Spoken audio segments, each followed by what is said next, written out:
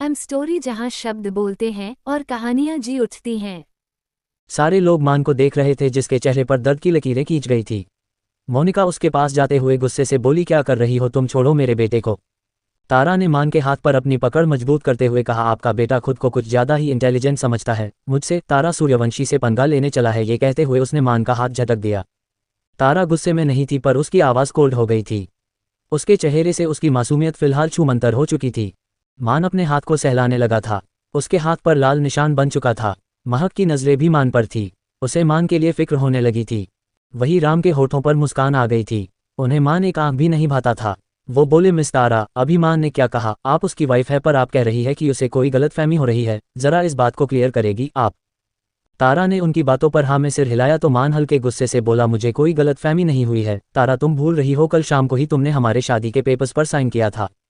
उसकी बात सुन तारा उसे देख तिरछा मुस्कुराए और कल की शाम को याद करने लगी।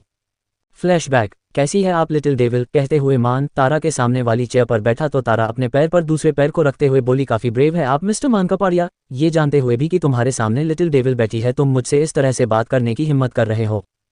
तारा का एटीट्यूड देखकर एक पल के लिए मान भी सकपका गया था, पर वो घबरा कर अपनी इमेज और अपना काम खराब नहीं कर सकता था। मान मुस्कुराते हुए बोला, मिस एट, ये ठीक है ना? वैसे भी मैं मिस एट से मिलने आया हूं तो मैं आपको मिस एट ही कहूंगा। तारा उसके चेहरे को गौर से देख रही थी। मान को अचानक आते देखकर ही उसे नेगेटिव फीलिंग आने लगी थी। मान ने आगे कहा, एक्चुअली मिस एट, आपने जिस मॉल की पार्टनरशिप मुझसे मांगी थी मैंने उसके पेपर रेडी करवा लिए हैं। जब से मुझे पता चला कि है मेरी पार्टनर लिटिल डेविल बनने वाली हैं, मैं बता नहीं सकता मैं कितना एक्साइटेड हूँ आपसे मिलने और पेपर पर साइन लेने के लिए। सुनिए, मैं खुद यहाँ तक चला आया। कहते हुए उसने अपने हाथ में पकड़े पेपर्स को टेबल पर रख दिया। तारा ने एक नज़र उसे देखा फिर पेपर्स पढ़ने लगी। मान ने एक पेन उसके तरफ बढ़ाते हुए कहा, यूं तो कोर्ट अब तक बंद हो चुका होगा पर मेरे लोग हैं वहाँ, वो देख लेंगे सब कुछ। कल सैटरडे है फिर संडे, पर मैं जल्द से जल्द काम स्टार्ट करना चाहता हूँ। तारा ने उसके हाथ से पेन लिया और दूसरे पन्ने को पलटकर पढ़ने लगी। तभी मान ने अपने वॉच के एक बटन को प्रेस किया तो उसका फ़ोन रिंग करने लगा। उसने अपने पॉकेट से फ़ोन निकाला और कॉल रिसीव करते ही खड़ा हो गया। वो पैनिक होते हुए बोला, तू वहीं रह, मैं बस 5 मिनट में आता हूँ, डर मत, कुछ नहीं होगा, मैं बस पहुँच रहा हूँ, मैं टोनी को भी कॉल कर देता हूँ, हम दोनों आ रहे हैं, तू वहीं रहना। उसे इस तरह पैनिक होते देख तारा भी सिर उठाकर उसे ही देखने लगी थी। मान ने कॉल कट किया और किसी और कॉल करते हुए तारा से बोला, मिस एट, आप प्लीज़ जल्दी से साइन कर दीजिए, मेरे दोस्त का एक्सीडेंट हो गया है, मुझे जल्द से जल्द उसके पास पहुंचना है। तारा ने धीरे से सिर हिलाया और दूसरे पेज पर साइन करने लगी। तभी उसका हाथ लगा और टेबल पर रखी मान के कार की चाबी नीचे गिर गई। मान चाबी उठाने के लिए झुका तभी तारा ने अपना फ़ोन भी जानबूझकर नीचे गिरा दिया। मान ने जितनी देर में दोनों चीज़ों को उठाया तारा ने उतनी देर में एक बार सारे पेपर पर नज़र डाल ली थी। उन पेपर्स के बीच में ही मान ने शादी के पेपर छिपा रखे थे पर तारा ने उन पेपर पर लिखा मैरिज सर्टिफिकेट पढ़ लिया था। उस वक्त तारा ने कुछ भी नहीं कहा और पेपर पर साइन कर मान को पेपर दे दिए थे। मान भी जल्दी से उन पेपर्स को उठाकर वहां से निकल गया था। मान मन ही मन खुश हो रहा था कि उसने तारा के साइन ले लिए हैं, पर वो नहीं जानता था तारा कितनी तेज तर्रार थी, उसे बेवकूफ़ बनाना बच्चों का खेल नहीं था। फ्लैशबैक एंड, मान तारा को विनिंग स्माइल पास करते हुए बोला, याद आया, कल तुमने हमारी शादी के पेपर पर साइन किए थे। सारे जेंट्स इतना तो समझ चुके थे कि मान ने धोखे से तारा के साइन लिए होंगे, वरना तारा भला क्यों उससे शादी करेगी जबकि वो तो अहान की दीवानी थी। पर तारा की ये बात सुन कि मान को कोई गलतफहमी हो रही है, सब कंफ्यूज हो गए थे। तारा अपने हाथ बांधते हुए बोली, हाँ मैंने साइन किए थे पर वो सिग्नेचर मेरे नहीं थे। क्या मतलब? मान ने कंफ्यूज होकर पूछा तो तारा मुस्कुराते हुए बोली, मतलब ये कि तुमने कहा कि साइन करो, ये तो नहीं कहा था कि मैं अपना ही साइन करूं। तुमने साइन करने को कहा, मैंने साइन कर दिया, पर शायद तुमने पेपर सुने नहीं है। उसके कहने पर मान शादी के पेपर देखने लगा। साइन वाली जगह पर साइन किया हुआ था। वो तारा को पेपर दिखाते हुए बोला, देखो यहाँ तुम्हारे साइन है। तारा उसके माथे पर चपत लगाते हुए बोली, कितने घोंचू हो तुम, जरा ठीक से देखो, यहाँ पर डबल लिखा हुआ है, जब ही मेरा साइन तो अट है। तारा के कहते ही मान के चेहरे की हवाएं उड़ गई। उसे इतना तो समझ आ गया था कि तारा ने उसे बेवकूफ़ बनाया है, अपनी जगह किसी और का साइन कर दिया है, पर अब सवाल ये था कि साइन था किसका, क्योंकि कानूनी तौर पर पेपर पर जिस किसी के भी साइन थे वही मान की पत्नी होगी। पर उसकी पत्नी थी कौन? मान गुस्से से चिल्लाते हुए बोला, ये साइन तुम्हारा नहीं है तो किसका है? किसका साइन किया था तुमने? तारा अपने कान में उंगली डालते हुए बोली, अरे चिल्ला क्यों रहे हो तुम, रुको मैं बताती हूँ। कहते हुए वो रॉय के पास आने लगी। रॉय को कहीं न कहीं अंदाजा हो गया था कि तारा ने क्या किया है। वो मन ही मन प्रार्थना करने लगा कि तारा ने उसके सिग्नेचर न कर दिए हो। तभी तारा उसके बगल से पार हुई और राम का हाथ पकड़कर उन्हें मान के पास ले जाने लगी। उन्हें देखकर सबको पता चल गया था कि तारा ने क्या शरारत की है, पर मान और राम अब भी कंफ्यूज थे। तारा राम का हाथ मान के हाथों में थमाते हुए बोली, लो मिलो अपनी नई नवेली दुल्हन से, मैंने इनका ही साइन किया था, इसलिए आज से ये तुम्हारी पत्नी हुई। फिर वो राम को देखते हुए बोली, बाबुल की दुआएं लेते जा जा, तुझको सुखी संसार मिले।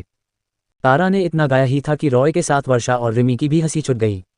तीनों अपना पेट पकड़कर हंसने लगे थे, पर मान और राम की शक्ल देखने लायक हो चुकी थी। दोनों एक दूसरे को अजीब नजरों से देखने लगे थे। अवदान और दिलीप के होठों पर भी मुस्कान आ गई थी। तभी मान ने गुस्से से अपना हाथ राम के हाथ से छुड़वाया और बोला, ये क्या बकवास कर रही हो तुम्हारी हिम्मत कैसे हुई मेरे इतना घटिया मजाक करने की। कहते हुए वो तारा का हाथ पकड़ने को हुआ कि किसी ने पीछे से उसके हाथ को पकड़ लिया। मान बहुत गुस्से में था। वो पीछे पलटकर कुछ बोलने को हुआ कि सामने खड़े इंसान को देखकर उसकी आंखें हैरानी से बड़ी हो गई। उसके सामने कोई और नहीं अहान खड़ा था, जो सख्त भाव से उसे ही देख रहा था। अहान को देखकर मान को अपनी आंखों पर यकीन नहीं हो रहा था। तभी तारा ने कहा, ओए मेरे अनान को आंखें फाड़े क्यों देख रहे हो, ये मेरा है, इसे इस तरह देखने का हक सिर्फ मुझे है, तुम्हें नहीं। कहते हुए वो मान के सामने जाकर खड़ी हो गई। अहान ने मान का हाथ झटका और कोल्ड वॉइस में कहा, जो भी बात कहना है मुंह से कहो, स्टार को छूने की जरूरत नहीं है तुम्हें। मान ने सिर घुमाकर अपने डैड को देखा और हल्काते हुए बोला, डैड डैड। ये अहान उसे अजीब नजरों से देखने लगा था। उसने भी सिर घुमाकर मान के डैड को देखा तो वो भी शॉक्ड रह गया। मोनिका अपने मुंह पर हाथ रखे दोनों को देख रही थी। मान के डैड यानी मिस्टर विहान कपाड़िया अहान के हेजल ग्रीन आइज को देख रहे थे। वो अहान के आंखों को देखते हुए धीरे से बोले, अहान। अहान ने कुछ पल उन्हें देखा, फिर उनसे अपनी नजरें फेर ली। उसके नजरें फेरने पर विहान के दिल में एक दर्द सा उठने लगा था। उन्हें अपने सीने में दर्द महसूस होने लगा था। मान अब भी हैरानी से दोनों को देख रहा था। वो दोनों को देखते हुए बोला, डैड ये लड़का तो बिल्कुल आप जैसा दिखता है, आपके जैसा ही चेहरा है इसका, बिल्कुल आप जैसा, बस इसकी आंखें अलग है। विहान और अहान ने इसका कोई जवाब नहीं दिया, पर मोनिका अपने हाथ को आपस में रगड़ने लगी थी। उसके पसीने छूटने लगे थे। वो घबराई हुई नजरों से कभी विहान को देखती तो कभी अहान और मान को। तारा ने मुस्कुराते हुए कहा, मेरा अनान तुम्हारे डैड की तरह दिखता है क्योंकि ये उनका ही बेटा है, तुम्हारे डैड और उनकी पहली पत्नी अंजलि का बेटा है मेरा अनान। तारा के मुंह से ये सारी बातें सुन जहां सब हैरान थे, वहीं विहान के सीने का दर्द बढ़ता जा रहा था। अहान का चेहरा बिल्कुल शांत था, जैसे उसे इन सब बातों से कोई फर्क नहीं पड़ रहा हो। वंश के होठों पर न दिखने वाली मुस्कान थी। वो अहान को एकटक देख रहा था, जो बिल्कुल उसके पापा की तरह दिखता था। मोनिका सिर झुकाए खुद में ही उलझी हुई थी, पर मान का चेहरा गुस्से से भरने लगा था। वो अहान को घूरते हुए गुस्से से बोला, क्या कहा तुमने, ये मेरे डैड और उनकी पहली पत्नी का बेटा है। मिस तारा, आपको कोई गलतफहमी हो रही है। मेरे डैड की एक ही पत्नी है जो मेरी मोम है, और रही बात इसकी तो ये एक नाजायज़ है। एक नाजायज़ संबंध का नाजायज़ गंदा खून है ये, और कुछ नहीं। पर ये अब तक जिंदा कैसे है, इसे तो कब का मर जाना था। मर जाने की बात मान ने कंफ्यूज होकर कही थी। उसके हिसाब से तो अहान अपनी मॉम के साथ ही मर चुका था, तो फिर वो उसके सामने खड़ा कैसे था। मान ने इतना कहा ही था कि एक झंझनाता थप्पड़ मान के गाल पर लगा। थप्पड़ इतना तेज था कि उसकी आवाज़ पूरे हॉल में गूंज गई थी। मान के भी कदम लड़खड़ा गए थे, पर वंश ने उसे संभाल लिया था। वही सारी औरतों ने अपने मुंह पर हाथ रख लिया था। सब आंखें फाड़े तारा को देखने लगे थे, जिसका चेहरा गुस्से से लाल होने लगा था। उसकी आंखों में भी रेड लाइन बनने लगी थी। मान ने उसके अनान को गंदा खून कह दिया था, और तो और उसके मरने की बात कह दी थी, जो तारा के बर्दाश्त के बाहर जा रहा था। हालांकि मान ने मरने की बात दूसरे व्यू से कहा था, पर तारा के कानों में बार बार वही शब्द गूंजने लगे थे। उसे इस वक्त इतना गुस्सा आ रहा था कि वो खुद को कंट्रोल नहीं कर पा रही थी। उसका ये रूप देखकर सब घबरा गए थे। तारा गुस्से से दांत पीसते हुए बोली, क्या कहा तुमने अभी मेरे अनान को गंदा खून और नाजायज़ कहा ना, उसे मरने को कहा ना तुमने। तुम्हारी इतनी हिम्मत कि तुम मेरे सामने खड़े होकर मेरे अनान को इतने कड़वे शब्द कहो। अगर तुम्हारी जुबान न खींच ली मैंने तो मैं भी मेरे अनान की स्टार नहीं। कहते हुए वो मान के पास गई और उसके शर्ट को अपनी मुट्ठी में पकड़कर उसे वंश से दूर किया। मान को जब तक कुछ समझ में आता तब तक तारा अपने हाथ का पंच बनाकर उसके दूसरे गाल पर मार चुकी थी। पंच पड़ते ही मान का चेहरा एक तरफ झुक गया और उसके मुंह से खून बहने लगा था। पर अब तारा अपने होश में नहीं थी। उसका दुपट्टा कब का गिर चुका था और वो बेदर्दी से मान को मारने लगी थी। उसके मुंह इतने कमाल के थे कि मान को संभलने का मौका ही नहीं मिल पा रहा था। सारे लोग हैरानी से तारा को देख रहे थे। उसे देख किसी की हिम्मत नहीं हो रही थी कि वो आगे बढ़कर तारा को रोक सके। मोनिका की आंखों से आंसू बहने लगे थे, पर उसके पैर भी तारा को इस तरह देखकर अपने जगह पर ही जम चुके थे। अहान उनके तरफ पीठ किए खड़ा था। उसके सामने सालों पहले अपनी मॉम का बीमार होना, उन्हें रोते हुए देखना, उसके चिता को आग देना याद आ रहा था। उसकी पलकें भी भीग चुकी थी। वो विहान का यहाँ होना एक्सेप्ट नहीं कर पा रहा था। वंश को कुछ समझ नहीं आया। उसने अहान को देखा और जल्दी से उसके पास जाकर उससे रिक्वेस्ट करते हुए बोला, आप प्लीज़ तारा को रोकिए वरना वो भाई की जान ले लेगी, प्लीज़ उन्हें रोकिए प्लीज़। उसके कहने पर अहान सेंस में आया और पीछे पलट कर तारा को देखने लगा। तारा ने मान का जबड़ा पकड़ लिया था। मान को बहुत चोटें आई थी। वो तो कभी सपने में सोच भी नहीं सकता था कि अहान को नाजायज़ गंदा खून और मरने की बात कहने पर उसकी ये हालत कर दी जाएगी। उसे इस वक्त तारा मौत की देवी लग रही थी, जो उसकी जान लेने पर उतर आई थी। तारा मान के जबड़े पर अपने हाथ को कसते हुए बोली, तुम बताओगे कि मेरा अनान कौन है? तुम खुद को जानते हो तुम कौन हो? तुम्हारी माँ ने कैसे तुम्हारे डैड से शादी करी थी? तुम्हारी और तुम्हारी मॉम के वजह से मेरा अनान हमेशा अकेला रहा। और तुम उसे ही कहते हुए उसने टेबल पर रखी फ्रूट बास्केट से नाइफ उठा ली। वो इस वक्त बिल्कुल अपने होश में नहीं थी। उसकी आवाज़ भी बदल चुकी थी और शरीर हल्का हल्का कांपने लगा था। अवदान और दिलीप के साथ रॉय भी उसका ये रूप कई सालों बाद देख रहे थे। तारा एक स्वीट और क्यूट नेचर की लड़की थी, पर बिजनेस में वो डेविल बन जाया करती थी और जहां बात उसके अनान की आती तो वो बिल्कुल इसी तरह एक साइकोगर्ल बन जाती थी। तारा अपने हाथ में पकड़े नाइफ को मान के मुंह में घुसाने को हुई कि अहान ने पीछे से उसके हाथ को पकड़ लिया। उसने तारा को अपनी बाहों में भरते हुए मान से दूर किया तो तारा गुस्से से बोली, अनान छोड़ो मुझे, मैं आज इसकी जान ले लूंगी। इसकी हिम्मत कैसे हुई तुम्हारे बारे में ऐसा कुछ कहने की? अहान उसके हाथ से चाकू छीनकर साइड में फेंकते हुए बोला, स्टार शांत हो जाए, इतना गुस्सा ठीक नहीं है, प्लीज शांत हो जाए, मेरी बात सुनिए। पर तारा शांत नहीं हो रही थी। वो अब भी उससे छूटने की कोशिश कर रही थी कि तभी सबके कानों में एक धड़ाम की आवाज़ आए। सबने पलट कर देखा तो पाया विहान अपने सीने पर हाथ रखे नीचे फर्श पर बेहोश पड़े थे। उसे देख वंश चिल्लाते हुए उसके पास गया। डैड। मान ने भी जैसे तैसे खुद को संभाला और विहान के पास चला गया। दोनों विहान को उठाने की कोशिश कर रहे थे पर विहान बेहोश हो गए थे, जिस वजह से उनका शरीर भी भारी हो गया था। मान ने हेल्प के लिए नीरज और रोशन को देखा तो वो दोनों भी जल्दी से विहान के पास चले गए। मान अपनी नज़रें फिर से विहान पर करने को हुआ कि उसकी नज़र महक पर गई, जिसके आंखों से बेहिसाब आंसू बह रहे थे। मान ने उसे अब तक देखा नहीं था, पर अब उसे देखकर वो स्टेचू बन गया था। अहान को भी विहान की फिक्र होने लगी थी। उसने तारा का हाथ पकड़ा और वंश को देखते हुए बोला, इन्हें हॉस्पिटल लेकर जाओ। और इसे भी कहते हुए उसने मान को देखा। मान ने भी उसे एक नज़र देखा, फिर तारा को देखा जो अब तक पूरी तरह से शांत नहीं हुई थी। अहान ने आंखों से ही मान को जाने का इशारा किया और खुद तारा का हाथ पकड़कर उसे अपने साथ गार्डन में ले जाने लगा, पर जाते हुए भी तारा मान को ही घूर रही थी जैसे वो अभी जाकर उसकी जान ले लेगी। मान और वंश के साथ मोनिका, नीरज और रोशन भी विहान को लेकर हॉस्पिटल चले गए थे। उनके पीछे देवांश और राम भी चले गए। बाकी सारे लोग हॉल में ही खड़े अभी जो हुआ उसके बारे में सोच रहे थे। दिलीप ने नित्या को देखा और कहा, बॉस को रेस्ट करना है, आप हमें हमारा कमरा दिखा देंगी? नित्या ने हाँ में सिर हिलाया और दिलीप और अवदान को लेकर ऊपर चली गई। देवांश ने उन्हें भी कुछ दिनों के लिए राजपूत बंगलों में रहने के मना लिया था। अवदान को भी इंडिया में अपने कुछ पर्सनल काम थे, इसलिए वो भी राजपूत बंगलों में रहने के लिए मान गए थे। आशीष और वाणी भी सबके साथ खड़े थे। आशीष ने अवदान के जाने के बाद रॉय से कहा, तारा अचानक ऐसा बिहेव क्यों करने लगी थी? रॉय ने एक लंबी सांस छोड़ते हुए कहा, अचानक नहीं है, ये लिटिल डेविल अहान के लिए हमेशा से ओवर पॉजेसिव रही है। ये शायद इसलिए भी है क्योंकि उनके पास अपना कहने को सिर्फ अहान ही है। आप जानते हैं बॉस को वो कैसे है, ये बात आपसे छिपी नहीं है। वो लिटिल डेविल से बहुत प्यार करते हैं, पर कभी उन्होंने उनके सिर पर प्यार से हाथ नहीं रखा है। लिटिल डेविल के पास सब कुछ होकर भी कुछ नहीं था। वो 3 साल की थी जब अहान को वो लेकर आए थे। बॉस ने कहा था कि वो उन 13 लड़कों में से जिसे भी चुनेगी वो उसका होगा। बस यही एक बात लिटिल डेविल के दिमाग और दिल में बैठ चुका है, अहान उनका है और जो उनका है उसके बारे में वो एक गलत शब्द बर्दाश्त नहीं करती। आशीष ने सिर हिलाया और कुछ याद करने लगे। वर्षा कुछ सोचते हुए बोली, रॉय अंकल, तारा का गुस्सा तो आउट ऑफ कंट्रोल हो चुका था। अहान जी उन्हें लेकर गए हैं, कहीं अगर तारा ने गुस्से से उन्हें कोई हार्म पहुंचा दिया तो? रॉय हल्का मुस्कुराते हुए बोला, ये कभी हो ही नहीं सकता। लिटिल डेविल चाहे जितने भी गुस्से में हो वो कभी अहान को कोई नुकसान नहीं पहुंचा सकती है। इनफैक्ट पूरी दुनिया में बॉस के बाद सिर्फ अहान ही है जो उनका खतरनाक जानलेवा गुस्सा शांत करवा सकता है। इसलिए आप फिक्र मत कीजिए, उन्हें कुछ नहीं होगा। रॉय की बात सुन सबने थोड़ी राहत की सांस ली और सब वही हॉल में बैठ गए।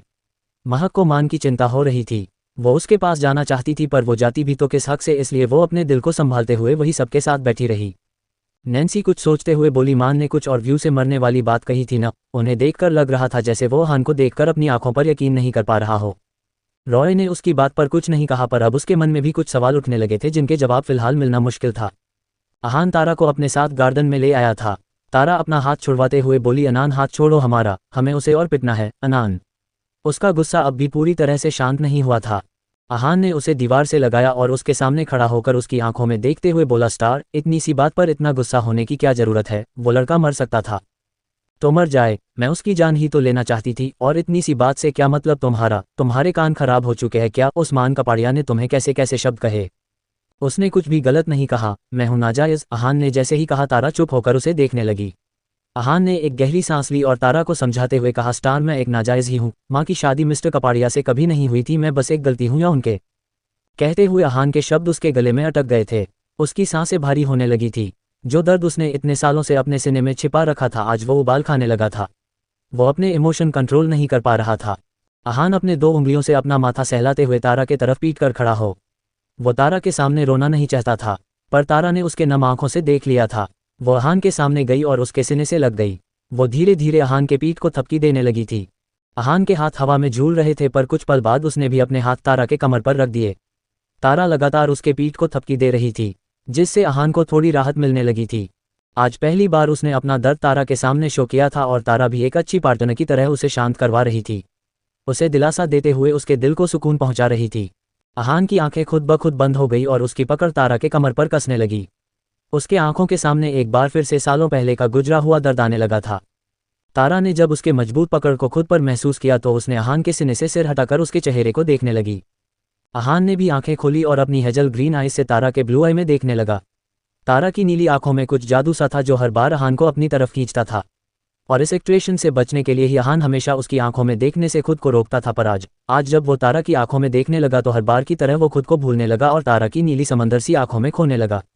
उसकी आंखें तारा की नीली नशीली आंखों से हटकर कब तारा के होठों पर गई उसे खुद भी होश नहीं रहा।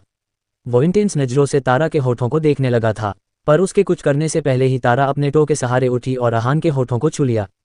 तारा ने सिर्फ उसके होठों को हल्के से छुआ था, फिर वो अपने पैरों पर खड़ी हो गई थी, पर अहान उसके ऐसा करने पर अपने जज्बातों पर काबू नहीं कर पाया और तारा के होठों को अपने होठों में भर लिया।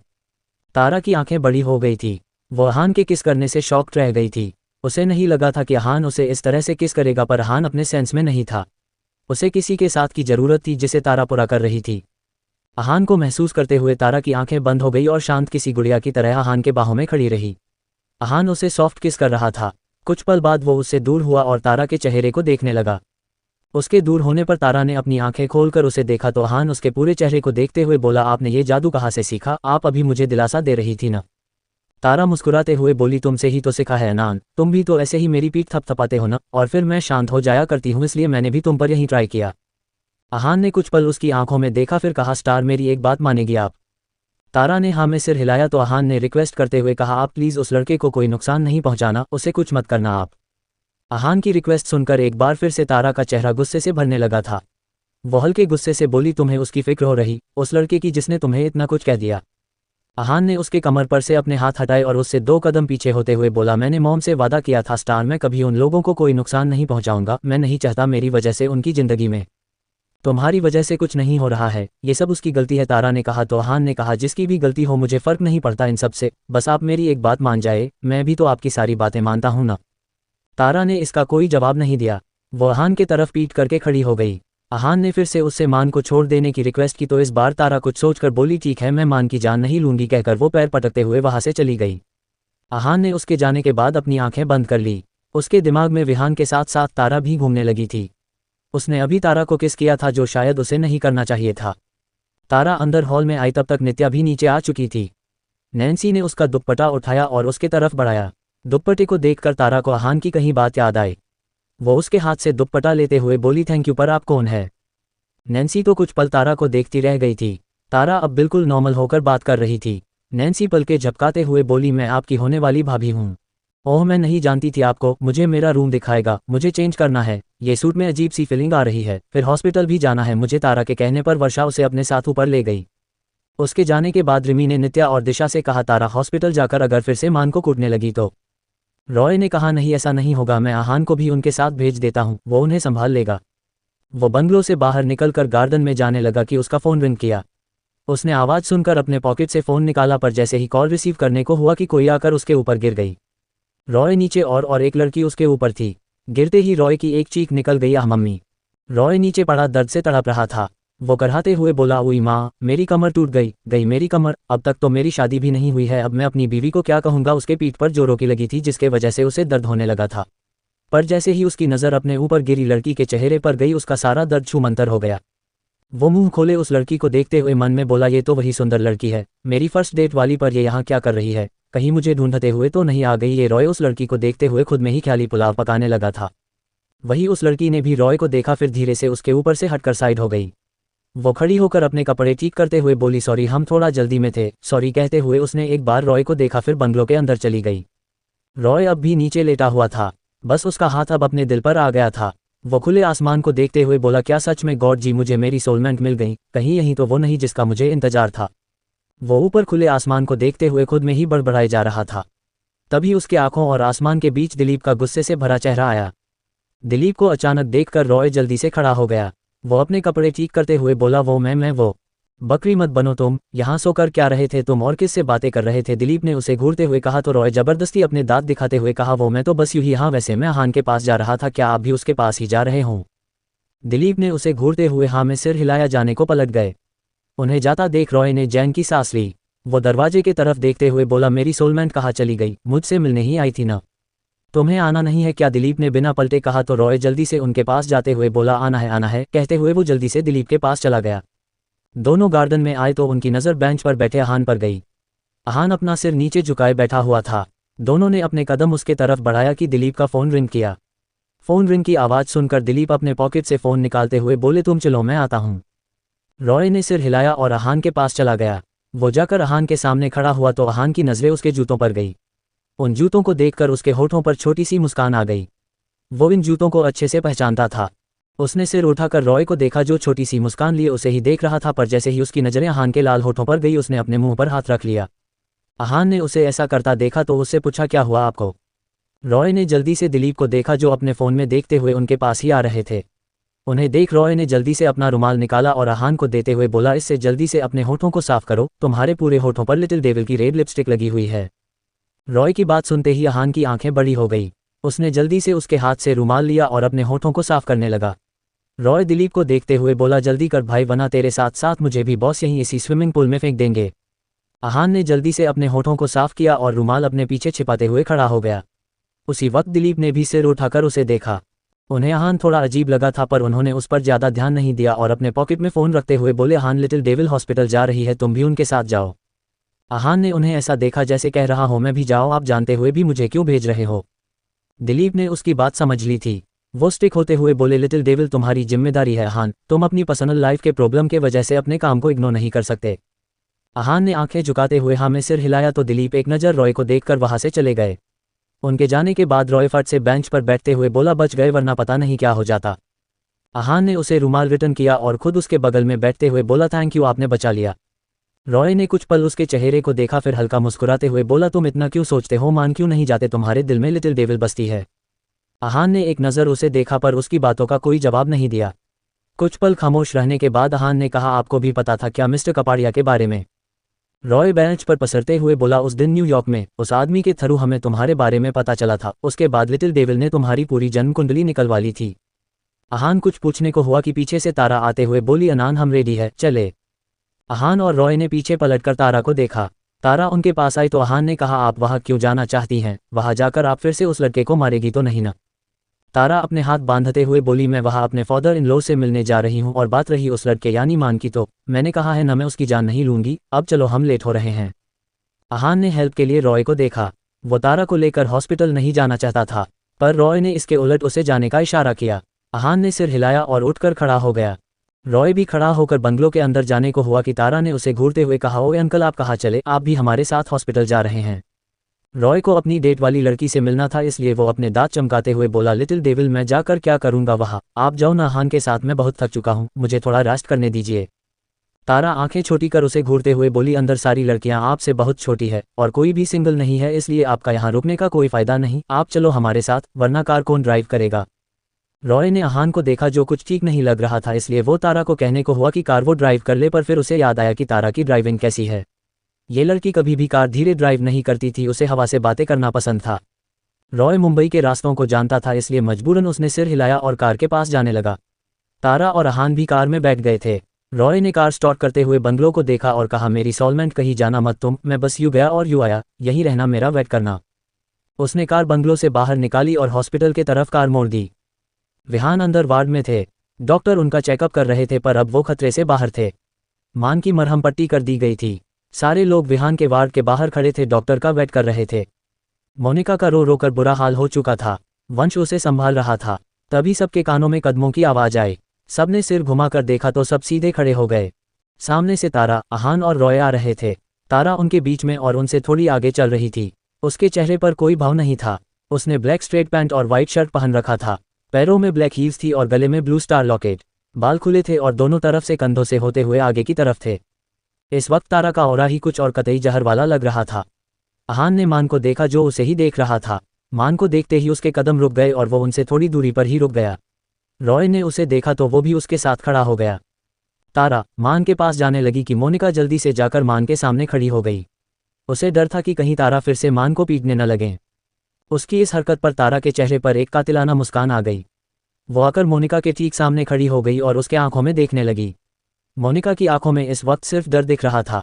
कोई कुछ कहता उससे पहले डॉक्टर बाहर आए और बोले मिस्टर कपाड़िया को होश आ चुका है, वो मान और किसी अहान से मिलना चाहते हैं, बार बार उनका ही नाम ले रहे हैं। अहान का नाम सुन सब अहान को देखने लगे थे। अहान ने सबसे अपनी नज़रें फेर ली थी। उसे समझ नहीं आ रहा था कि वो अंदर जाए या नहीं। तारा मोनिका के पीछे खड़े मान को देखते हुए कोल्ड वॉइस में बोली मिस्टर मान कपाड़िया जाए, तुम्हारे डैड तुम्हें बुला रहे हैं। मान ने एक नज़र अहान को देखा फिर वो अंदर चला गया। उसके जाने के बाद तारा अहान को देखते हुए सॉफ्ट वॉइस में बोली अनान तुम्हें भी बुलाया गया है, तुम भी जाओ। अहान ने इस पर कोई जवाब नहीं दिया और वो भी धीमे कदमों से अंदर जाने लगा। अंदर आकर मान झट से विहान के पास गया और उसका हाथ पकड़कर रुहासा होकर बोला डैड आप ठीक है ना, अब आपको कैसा फील हो रहा है। विहान ने पलकें झपकाई तो मान ने कहा आपने डरा दिया था डैड, मैं घबरा गया था। मान की बात सुन विहान ने अपनी पकड़ उसके हाथ पर मजबूत कर ली, जिसे महसूस कर मान के होठों पर छोटी सी मुस्कान आ गई। तभी दरवाजा खुला और अहान अंदर आया। आवाज सुनकर मान और विहान ने उसे देखा। अहान ने एक नज़र मान को देखा फिर विहान को देखते हुए शांत भाव से बोला आपने बुलाया मुझे। विहान ने पलकें झपकाते हुए उसे आने का इशारा किया तो वो उसके पास चला आया। विहान ने हाथ बढ़ाकर उसके हाथ को पकड़ना चाहा पर अहान अपने पैर पीछे लेते हुए बोला मुझे क्यों बुलाया है आपने। विहान और मान अहान को गौर से देख रहे थे। अहान के चेहरे पर गुस्सा या नाराजगी कुछ नहीं था। वो विहान से ऐसे बात कर रहा था जैसे विहान उसके लिए कोई अनजान शख्स हो। विहान अहान को गौर से देखने लगे थे। अहान का चेहरा बिल्कुल उनके जैसा ही दिखाई देता था। विहान 50+ थे पर तब भी वो बहुत हैंडसम लगते थे। वो मुस्कुराते हुए धीमी आवाज में बोले तुम सच में बिल्कुल मेरे जैसे दिखते हो, बस तुम्हारी आंखें अपनी माँ पर गई है। अहान ने इस पर कोई जवाब नहीं दिया। वो अपने हाथ पीछे किए विहान की सारी बातें सुन रहा था।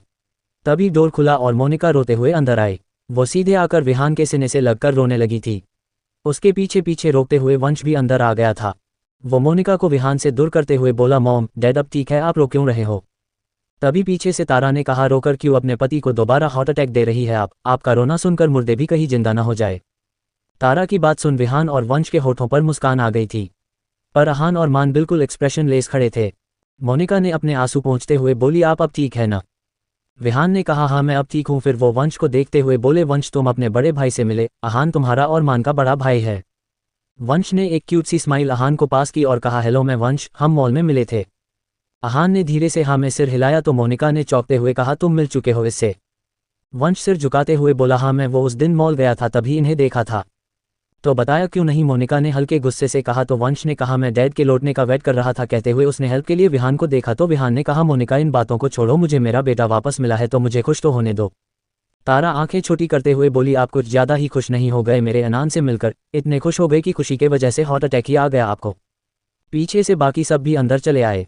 राम हंसते हुए बोला सही कह रही है आप मिस तारा, विहान इतना खुश हो गया कि उसे हार्ट अटैक ही आ गया। तारा ने उसे देखा। राम कुछ ज्यादा ही अपने दांत चमका रहे थे। वो उन्हें देखते हुए बोली ऐसा भी तो हो सकता है उन्हें अपने बेटे से मिलने से ज्यादा खुशी अपनी बहू को देखकर हुई होगी और वो ये सच हजम नहीं कर पाए और बेहोश होकर गिर पड़े। तारा की बात सुनते ही राम की हंसी गायब हो गई थी। उन्होंने मान को देखा जो तारा को देख रहा था। विहान इस बार हंसते हुए बोले सही कह रही है आप मिस तारा, मुझे ये खुशी बर्दाश्त नहीं हो पा रही।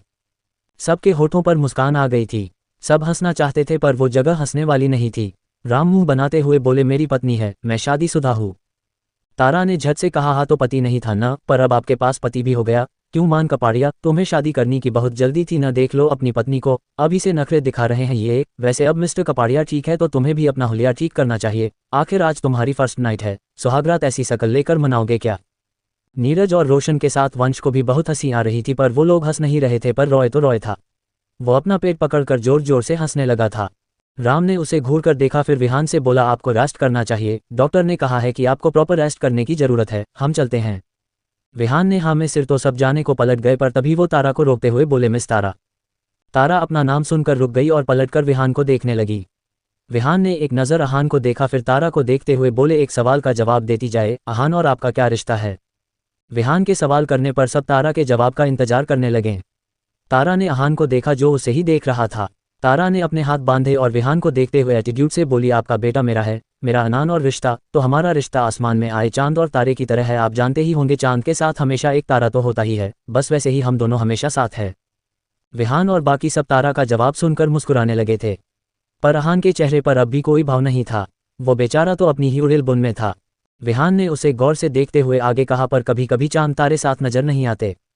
पर साथ होते तो है न, तारा ने कहा। तो विहान ने एक लंबी सांस ली और कहा, मिस्टर सूर्यवंशी को पता है आपके और आपके अनान के बारे में? तारा ने हाँ में सिर हिलाते हुए कहा, वो जानते हैं, उन्होंने ही तो अनान को मुझे दिया था। मोनिका ने कहा, पर तुम दोनों का कोई मेल नहीं। तुम कहा और ये कहा तुम दोनों। तारा ने बीच में कहा, हम दोनों देख लेंगे, आप अपना और अपने हस्बैंड का सुनिए। और वैसे भी अगर बात मैचिंग की हो तो आपका और मिस्टर कपाड़िया का भी कोई मैच नहीं। उसका जवाब सुनकर मोनिका ने अपने हाथ की मुट्ठी कस ली थी। वहीं तारा फिर विहान के सामने खड़ी होकर अजीब तरह से बोली, मैं आपसे दुश्मनी नहीं करना चाहती और न ही आप मुझसे दुश्मनी मोल लेना चाहते होंगे। मुझे जो चाहिए वो मेरा होकर कर रहता है, नहीं मिले तो उसे कैसे पाना है। I know that's very well, because I am little devil. मुझे अपनी चीज़ लेनी आती है। आई होप आप और आपकी फैमिली मेरे और अनान के बीच में नहीं आएगी। विहान तारा को गौर से देख रहे थे। उसकी आंखों में अहान के लिए जिद और पागलपन साफ साफ देखी जा सकती थी। देवांश का भी यही हाल था। वो भी तारा की बातें सुनकर कुछ सोचने लगे थे। दोनों के दिमाग में एक बात आई कि अगर कभी अहान तारा से दूर होता है तो वो क्या करेगी। विहान ने सिर घुमाकर अहान को देखा। अहान के आंखों में उसके दिल की बात आ गई थी। वो एकटक तारा को देख रहा था। विहान उन्हें देख धीरे से मुस्कुरा दिए। थोड़ी देर बाद सब हॉस्पिटल से बाहर निकल आए। विहान के साथ मोनिका रुक गई थी। मान और वंश अपने विला जा रहे थे। मान ने अपनी कार का डोर ओपन किया तो उसे पीछे से तारा की आवाज़ आई। मान उसकी आवाज़ सुन वो रुक गया और पलटकर तारा को देखने लगा। तारा उसके पास आते हुए बोली, वो सब क्यों किया तुमने? आई नो मैं बहुत खूबसूरत हूँ, कोई भी मुझे देखे तो मेरा दीवाना हो जाए, पर तुम मुझ में कुछ खास इंटरेस्टेड नहीं हो, शायद इसलिए क्योंकि तुम्हारे दिल में ऑलरेडी कोई है। तारा की बात सुनते ही मान के आंखों के सामने महक का चेहरा आ गया। तारा ने उसे ध्यान से देखा, फिर कहा, तुम मेरे अनान के सोतेले ही सही पर भाई हो। वो नहीं चाहता कि मैं तुम्हें या तुम्हारी फैमिली में से किसी को कोई हार्म पहुंचाऊं। पर कहते हुए वो मान के सामने आकर खड़ी हो गई। उसने उसकी आंखों में आंखें डालते हुए कहा, पर अगली बार वो मुझे रोक नहीं पाएगा क्योंकि मैं उसे रोकने का मौका ही नहीं दूंगी। इसलिए अगर एक लंबी और बेहतर जिंदगी चाहते हो तो मेरे अनान के बारे में एक भी गलत शब्द मत कहना। मान ने उससे कुछ नहीं कहा, पर वंश की जान सूख गई थी। वो दोनों को देखते हुए खुद से बोला, भाई शांत कैसे है? इन्हें गुस्सा नहीं आ रहा है क्या? ये इतनी आसानी से तो अहान भाई को नहीं अपनाएंगे। और ये मिस तारा पहले मुझे स्वीट लगती थी पर अब बिल्कुल किसी साइको की तरह लगने लगी है। कभी कुछ कहती करती हैं। तारा ने मान को एक कोल्ड लुक दिया और पलटकर अपनी कार के पास आ गई। मान और वंश दोनों वहां से निकल गए। देवांश भी राम, नीरज और रोशन के साथ चले गए थे। तारा अपनी कार में बैठने को हुई कि अहान ने उसका हाथ पकड़ते हुए रॉय से कहा, आप यहीं रुके, मैं और स्टार अभी आते हैं। रॉय ने हाँ में सिर हिलाया तो अहान तारा को अपने साथ लेकर पार्किंग एरिया में चला गया जहां कोई नहीं था। अहान ने तारा का हाथ छोड़ा और कहा, आप अंदर क्या बोल रही थी स्टार? मैंने मना किया था न कि आप? तुमने शादी के बारे में बताने के लिए मना किया था, तो देखो मैंने तुम्हारी बात मानी। मैंने हमारी शादी के बारे में किसी को नहीं बताया, तारा ने बीच में ही कहा। अहान ने अपने माथे पर हाथ रख लिया था। वो जानता था ये बात अब यही नहीं रुकने वाली है। अब जल्द ही अवदान को भी इस बारे में पता चल जाएगा जो वो नहीं चाहता था। उसने तारा को देखा जो अपनी वॉच ठीक कर रही थी। उसे देखते हुए अहान ने मन में कहा, आपको बाद में और ज़्यादा तकलीफ हो, इससे अच्छा है कि मैं आप अभी ही थोड़ी सी तकलीफ सहकर समझ जाए। हमारे बीच कुछ नहीं हो सकता स्टार, शायद हमारा सफ़र यहीं तक का था। कहते हुए उसने अपनी आंखें बंद की हिम्मत जुटाने लगा। तारा ने सिर उठाकर उसे देखा तो कहा, तुम आंखें बंद करके क्या कर रहे हो? चलो वापस चलते हैं, मुझे बहुत जोरों की भूख लगी है। वो उसके बगल से होकर जाने को हुई कि अहान ने उसका हाथ पकड़कर खींचा और उसे कार से लगाकर खुद उसके बेहद करीब आ गया। तारा एक पल के लिए हैरान ही रह गई थी, पर फिर वो मुस्कुराते हुए बोली, तुम क्या रोमांस करना चाहते हो? पर हम यहाँ कैसे रोमांस कर सकते हैं? ये तो। तारा बोल ही रही थी कि अहान ने उसके होठों पर उंगली रख दी और उसके कान के पास अपने होठ ले जाकर बोला, आपको पता है आप कितनी खास है? तारा कुछ बोलने को हुई कि उसे अपने कमर पर अहान के हाथ फिल हुए। उसके हाथ को महसूस करते ही तारा के रोंगटे खड़े हो गए और उसकी आंखें खुली की खुली रह गई और उसने अपनी हाथों की मुट्ठी कस ली। तारा के रोंगटे खड़े हो गए थे। अहान उसके कमर को सहला रहा था जिससे तारा को अजीब सी फीलिंग आ रही थी जो कि अच्छी बिल्कुल भी नहीं थी। तारा को आज से पहले कभी ऐसी फीलिंग नहीं आई थी। अहान का साथ उसे हमेशा अच्छा लगाता था, पर आज अहान का टच अच्छी नहीं लग रही थी। अहान तारा के बेहद करीब खड़ा था। दोनों की बॉडी एक दूसरे को छू नहीं रही थी, पर अगर उनमें से एक भी हिलता तो दूसरे वाले की बॉडी से टच जरूर हो जाता। अहान अजीब तरह से तारा के बालों को स्मेल करते हुए बोला, क्या हुआ स्टार, आप कुछ कह क्यों नहीं रही हैं? आप ही तो मेरे करीब आना चाहती थी ना, और आज जब मैं आ रहा हूं तो आप कुछ रिएक्ट क्यों नहीं कर रही? तारा का दिमाग ब्लैंक हो गया था। उसकी सांसें अटकने लगी थी। वो अहान का हाथ अपने कमर से छुड़वाने की कोशिश करते हुए बोली, अनान तुम क्या कर रहे हो? हम बाहर है इस वक्त। अहान हल्का मुस्कुराते हुए बोला, तो क्या हुआ स्टार, हम हस्बैंड वाइफ है ना, हम कर सकते हैं। आप कब से इतना शर्माने लगी? वैसे आपको पता है कि आप क्या लगती हैं? आपका बदन दिल में आग लगाता है स्टार। तारा को अब बर्दाश्त नहीं हो रहा था। अहान लगातार अपने हाथ उसके कमर पर फेर रहा था और उसकी बातें सुनकर तारा को गुस्सा आने लगा था। उसने झटके से आहान का हाथ अपने कमर से हटाया और उसकी आंखों में देखते हुए बोली, हम बाद में बात करते हैं, हमें लेट हो रहा है। कहते हुए वो वहां से चली गई। उसके जाने के बाद आहान ने जिस हाथ से उसे छुआ था उसे जोर से पास खड़ी कार पर दे मारा। उसका हाथ लाल हो गया था पर जैसे उसे इस दर्द का एहसास ही नहीं हो रहा हो। उसके आंखों में कुछ अलग ही जज्बात छाए हुए थे। तारा गुस्से से पैर पटकते हुए कार के पास आई जहां रॉय खड़ा उनका वेट कर रहा था। उसने तारा के चेहरे पर ही गुस्सा देख लिया था। तारा ने कार की बैक सीट का दरवाजा खोला और अंदर बैठ गई। रॉय ने उसके बाद आहान को देखा जो पीछे से आ रहा था। रॉय को वो भी कुछ ठीक नहीं लगा पर इस वक्त उसे उन दोनों से कुछ भी कहना सही नहीं लगा, इसलिए वो भी चुपचाप अपनी कार में आकर बैठ गया। आहान के बैठने के बाद रॉय ने कार स्टार्ट की और राजपूत बंगलों के तरफ मोड़ दी। तारा पीछे बैठी खिड़की के बाहर देख रही थी। उसके चेहरे पर गुस्से के साथ साथ कुछ और भी दिख रहा था। इस वक्त वो कैसा महसूस कर रही थी ये शब्दों में कह पाना उसके लिए मुश्किल था। आहान ने बैक मिरर में एक बार उसे देखा, फिर अपना फ़ोन निकालकर उसमें बिजी हो गया।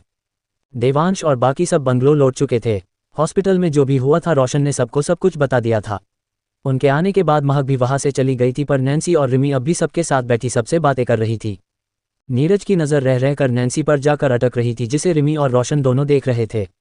रिमी ने नैन्सी के कान में कहा, दी आज तो जीजू की नज़रें आपसे हटी नहीं रही है, देखो तो कैसे बार बार आपको ही देखे जा रहे हैं।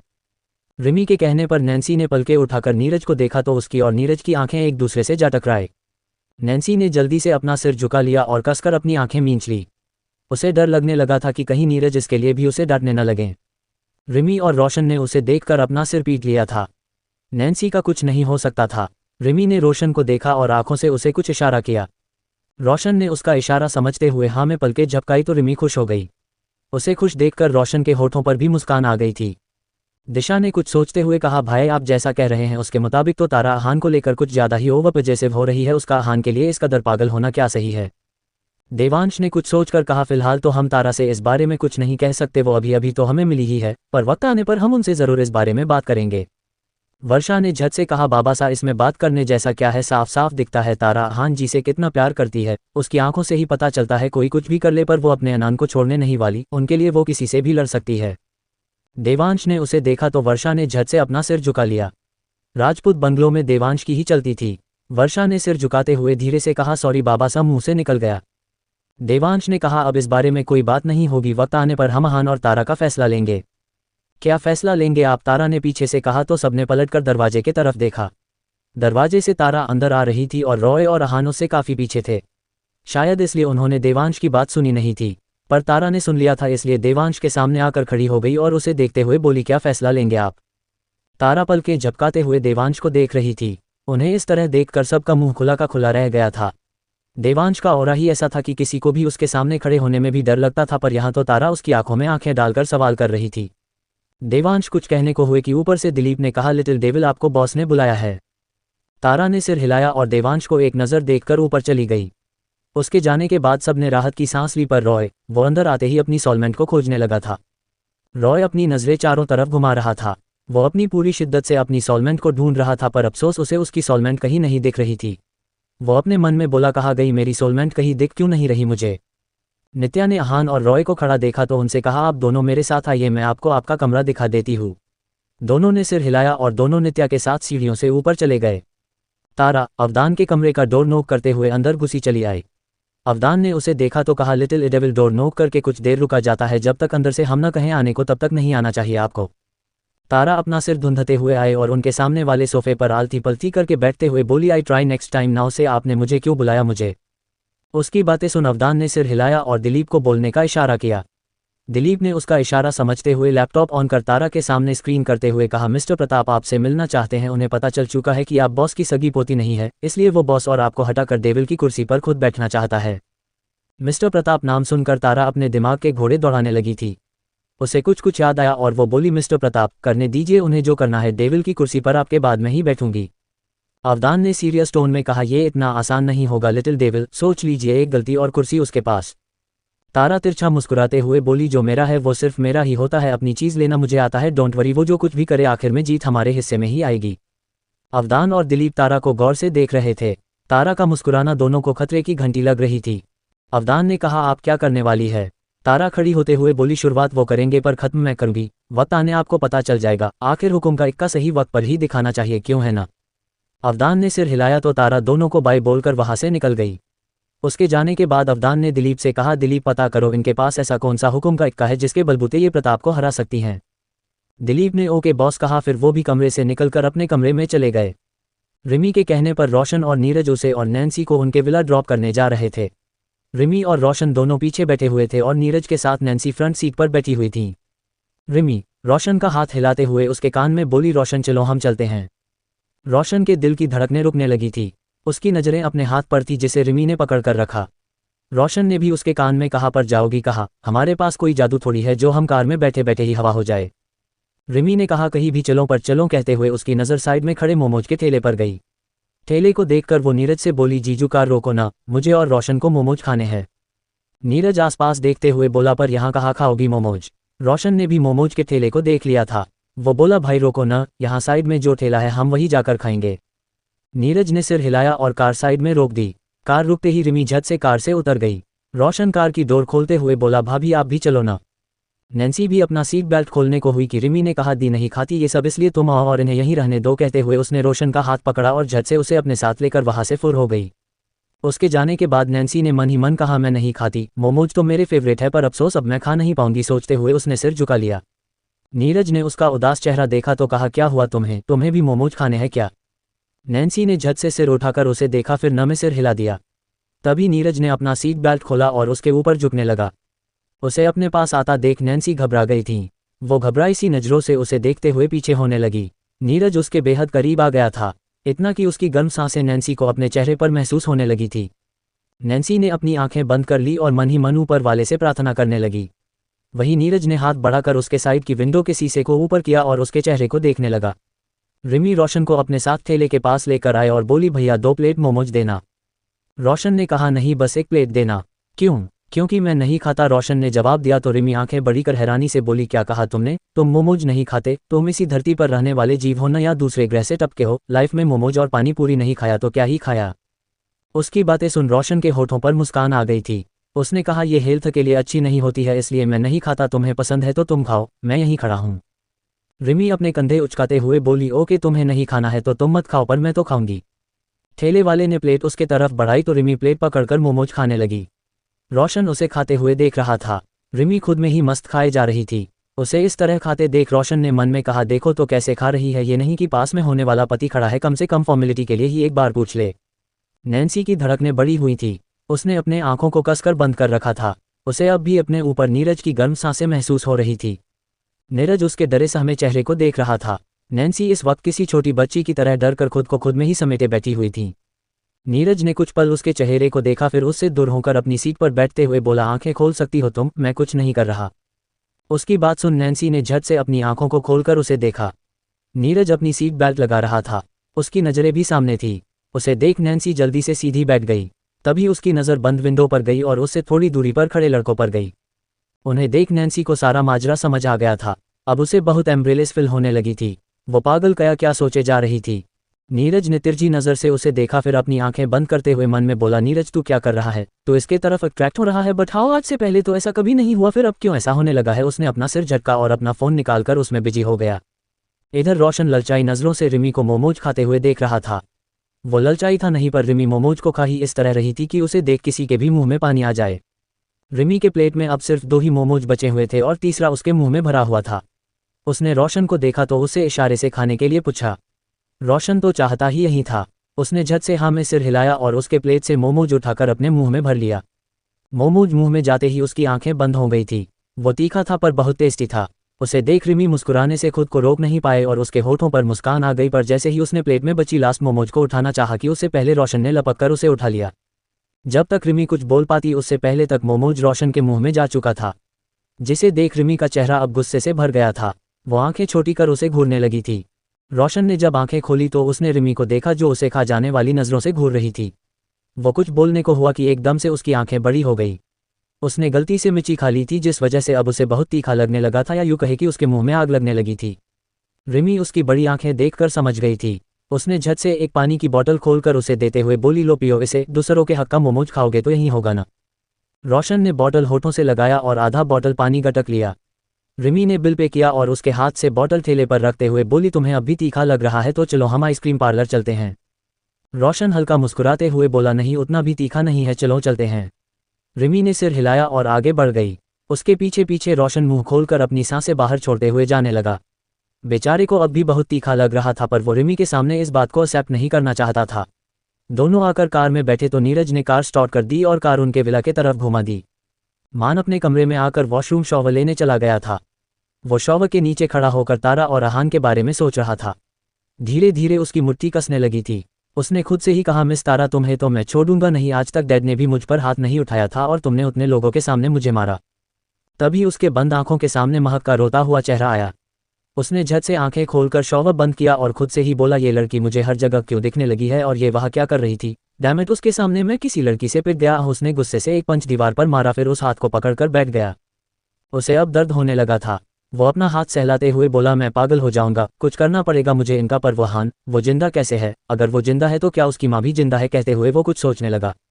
राजपूत बंगलो। तारा ने कपड़े चेंज कर एक शॉर्ट और स्ट्रैप वाली वाइट टॉप पहन रखा था।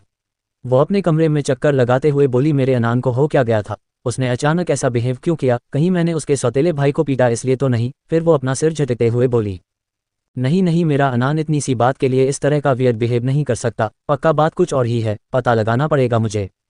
तभी उसके फ़ोन की मैसेज ट्यून बजी। तारा ने जाकर मैसेज चेक किया तो उसके होठों पर डेविल स्माइल आ गई। वो तिरछा मुस्कुराते हुए बोली, कोई कुछ भी कर ले पर जो मेरा है वो सिर्फ मेरा है, मेरा अनान भी और मेरी कुर्सी भी। रात का वक्त। नित्या, दिशा और वाणी के साथ डिनर रेडी कर रही थी। वर्षा भी उनके साथ थी पर वो स्लेव पर बैठी हुई थी। नित्या और वाणी दोनों तारा के लिए स्पेशल डिनर बना रहे थे। वर्षा कुछ सोचते हुए धीरे से बोली, आप तीनों को क्या लगता है तारा और अहान जी का क्या होगा? नित्या ने उसकी बात सुन दरवाजे से बाहर झांक कर देखा, फिर वर्षा को चुप करवाते हुए बोली, चुप हो जाए वर्षा, आपके बाबासा ने सुन लिया तो गुस्सा हो जाएंगे। वर्षा ने मुंह बनाकर कहा, पर मासा बाबासा को अहान से प्रॉब्लम क्या है? I mean just look him, he is so hot and handsome. भगवान ने फुर्सत से बनाया होगा उन्हें, और अहान जी और तारा साथ में लगते भी कितने अच्छे हैं, मेड फॉर ईच अदर लगते हैं बिल्कुल। वाणी ने उसकी बात सुन नित्या से कहा, हाँ नित्या, देवांश भाई को प्रॉब्लम क्या है अहान से? मैंने भी जितना देखा है और समझा है मुझे तो अहान तारा के लिए बहुत अच्छा लगा। नित्या ने कहा, अच्छा तो मुझे भी लगा, उनकी जोड़ी सच में बहुत अच्छी लगती है, पर देवांश को क्या प्रॉब्लम है ये मुझे नहीं पता, पर मैं एक बार उनसे ज़रूर पूछूंगी। दिशा ने कहा, हाँ भाभी, आप भाई से पूछकर हमें भी बताना। नित्या ने हाँ में सिर हिलाया तो दिशा ने वर्षा से कहा, वर्षा जाओ जाकर तारा और हमारी लाडली बहन को बुला लाओ, जब से आई है बस कमरे में ही घुसी हुई है। वर्षा ने सिर हिलाया और तेजी से किचन से बाहर निकल गई। उसके जाने के बाद वाणी हिचकिचाते हुए बोली, माफ़ कीजिएगा पर मैं क्या एक सवाल पूछूं? नित्या और दिशा ने हाँ में सिर हिलाया तो वाणी ने कहा, वो इतनी चुप चुप सी क्यों रहती हैं? मतलब आप लोगों में से किसी से कुछ नहीं कहती और न ही आप लोगों के साथ रहती हैं। नित्या ने कहा, दिव्या हमेशा से ही चुप रहने वाली है वाणी, पर जब से उसका डाइवोर्स हुआ है और जब से कहते हुए उसने वाणी को सब कुछ बता दिया। सारी बातें सुनकर वाणी ने कहा, वो तो अभी सिर्फ 34 की है और हर इंसान एक जैसा नहीं होता, ऊपर वाला सबके लिए किसी न किसी को बनाता ही है। आई विश उन्हें भी कोई दिल से चाहने वाला मिल जाए। दिशा ने कहा, आपके मुंह में घी शक्कर भाभी, उसे कोई मिल इसलिए तो मैंने और वर्षा ने उसकी ब्लाइंड डेट फिक्स की थी, पर ये अक्ल की अंधी पता नहीं उस लड़के से क्या क्या कहकर आ गई। नित्या ने मुस्कुराते हुए कहा, टेंशन मत लीजिए, जिन्हें मिलना होता है वो मिल ही जाता है। मिल गई, रॉय ने अपने सामने खड़ी लड़की को देखते हुए कहा। वो लड़की उससे 40 कदम की दूरी पर थी। उसे देख रॉय फूले नहीं समा रहा था। उसने खुद से ही कहा, मिल गई मुझे, मेरी सोलमेंट मिल गई, इससे पहले कि वो फिर से कहीं गायब हो जाए जल्दी से उसे पकड़ लेता हूं। कहते हुए उसने अपना एक पैर पीछे किया और दौड़ने की पोजीशन में खड़ा हो गया। उसने काउंट करते हुए कहा, 1 2 3, कहते ही उसने तेजी से उस लड़की के तरफ दौड़ लगा दी। वो लड़की एक कमरे के बाहर खड़ी थी। वो जैसे ही डोर बंद कर पलटी की उसे रॉय तेजी से अपने तरफ आता दिखा। उसे अपने तरफ देखता देखकर रॉय की आंखें बड़ी हो गई और उसके पैरों का ब्रेक फेल हो गया और वो खुद को रोक नहीं पाया और सीधा उस लड़की को लेकर नीचे एक धड़ाम की आवाज़ के साथ गिर पड़ा। तारा और वर्षा उनसे थोड़ी दूरी पर ही खड़ी थी। दोनों ने अपने मुंह पर हाथ रख लिया था। वर्षा ने धीरे से तारा के कान में कहा, तारा, ये हमारी छोटी बुआ है दिव्या, यूँ तो शांत रहती हैं पर इनका गुस्सा बहुत खतरनाक है। तारा ने सिर हिलाया और कुछ कहना चाहा कि दोनों के कानों में दिव्या की आवाज़ आई, यू इडियट, हटो मेरे ऊपर से। कहते हुए दिव्या अपने ऊपर गिरे रॉय को धक्का देने लगी। रॉय जल्दी से उसके ऊपर से हटते हुए बोला, सॉरी सॉरी। दिव्या अपना कमर पकड़कर बैठ गई थी। वो अपने कमर को सहलाते हुए दर्द से कराहते हुए बोली, व्हाट सॉरी, मेरी कमर तोड़ दी तुमने, आह मेरी कमर।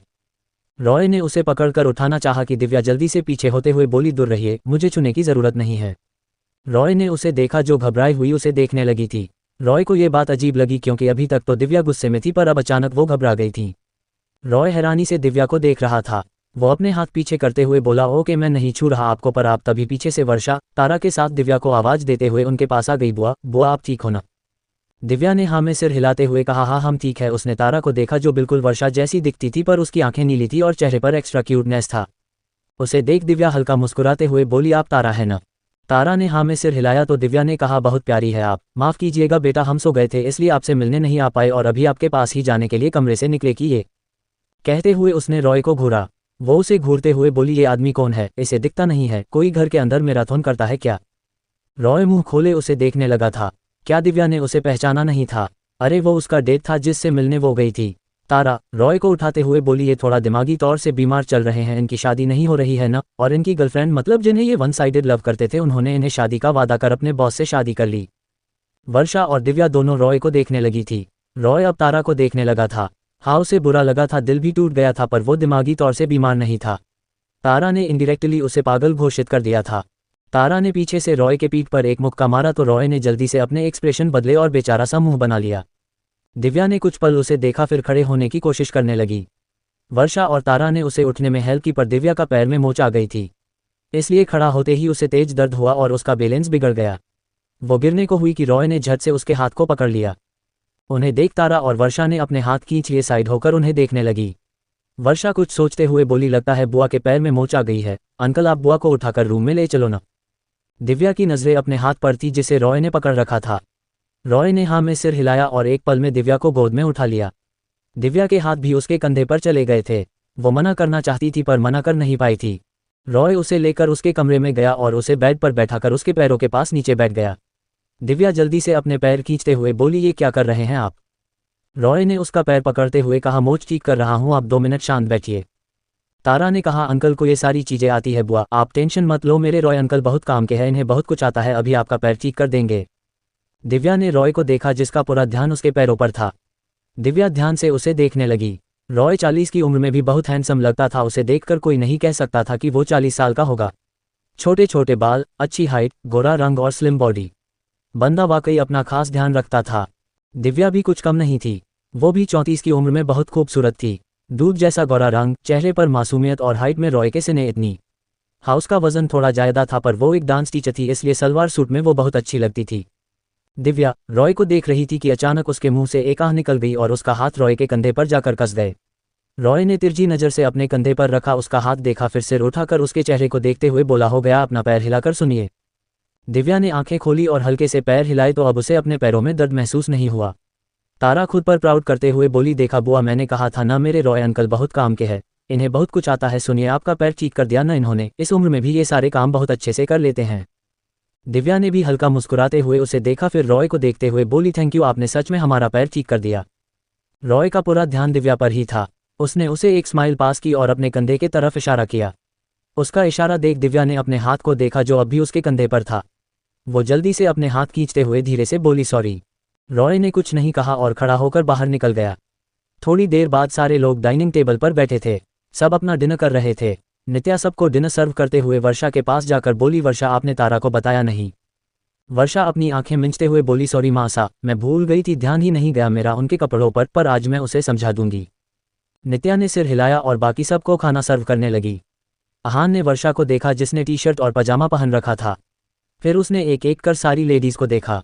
दिशा और दिव्या ने शूट पहन रखा था और वाणी और नित्या ने साड़ी।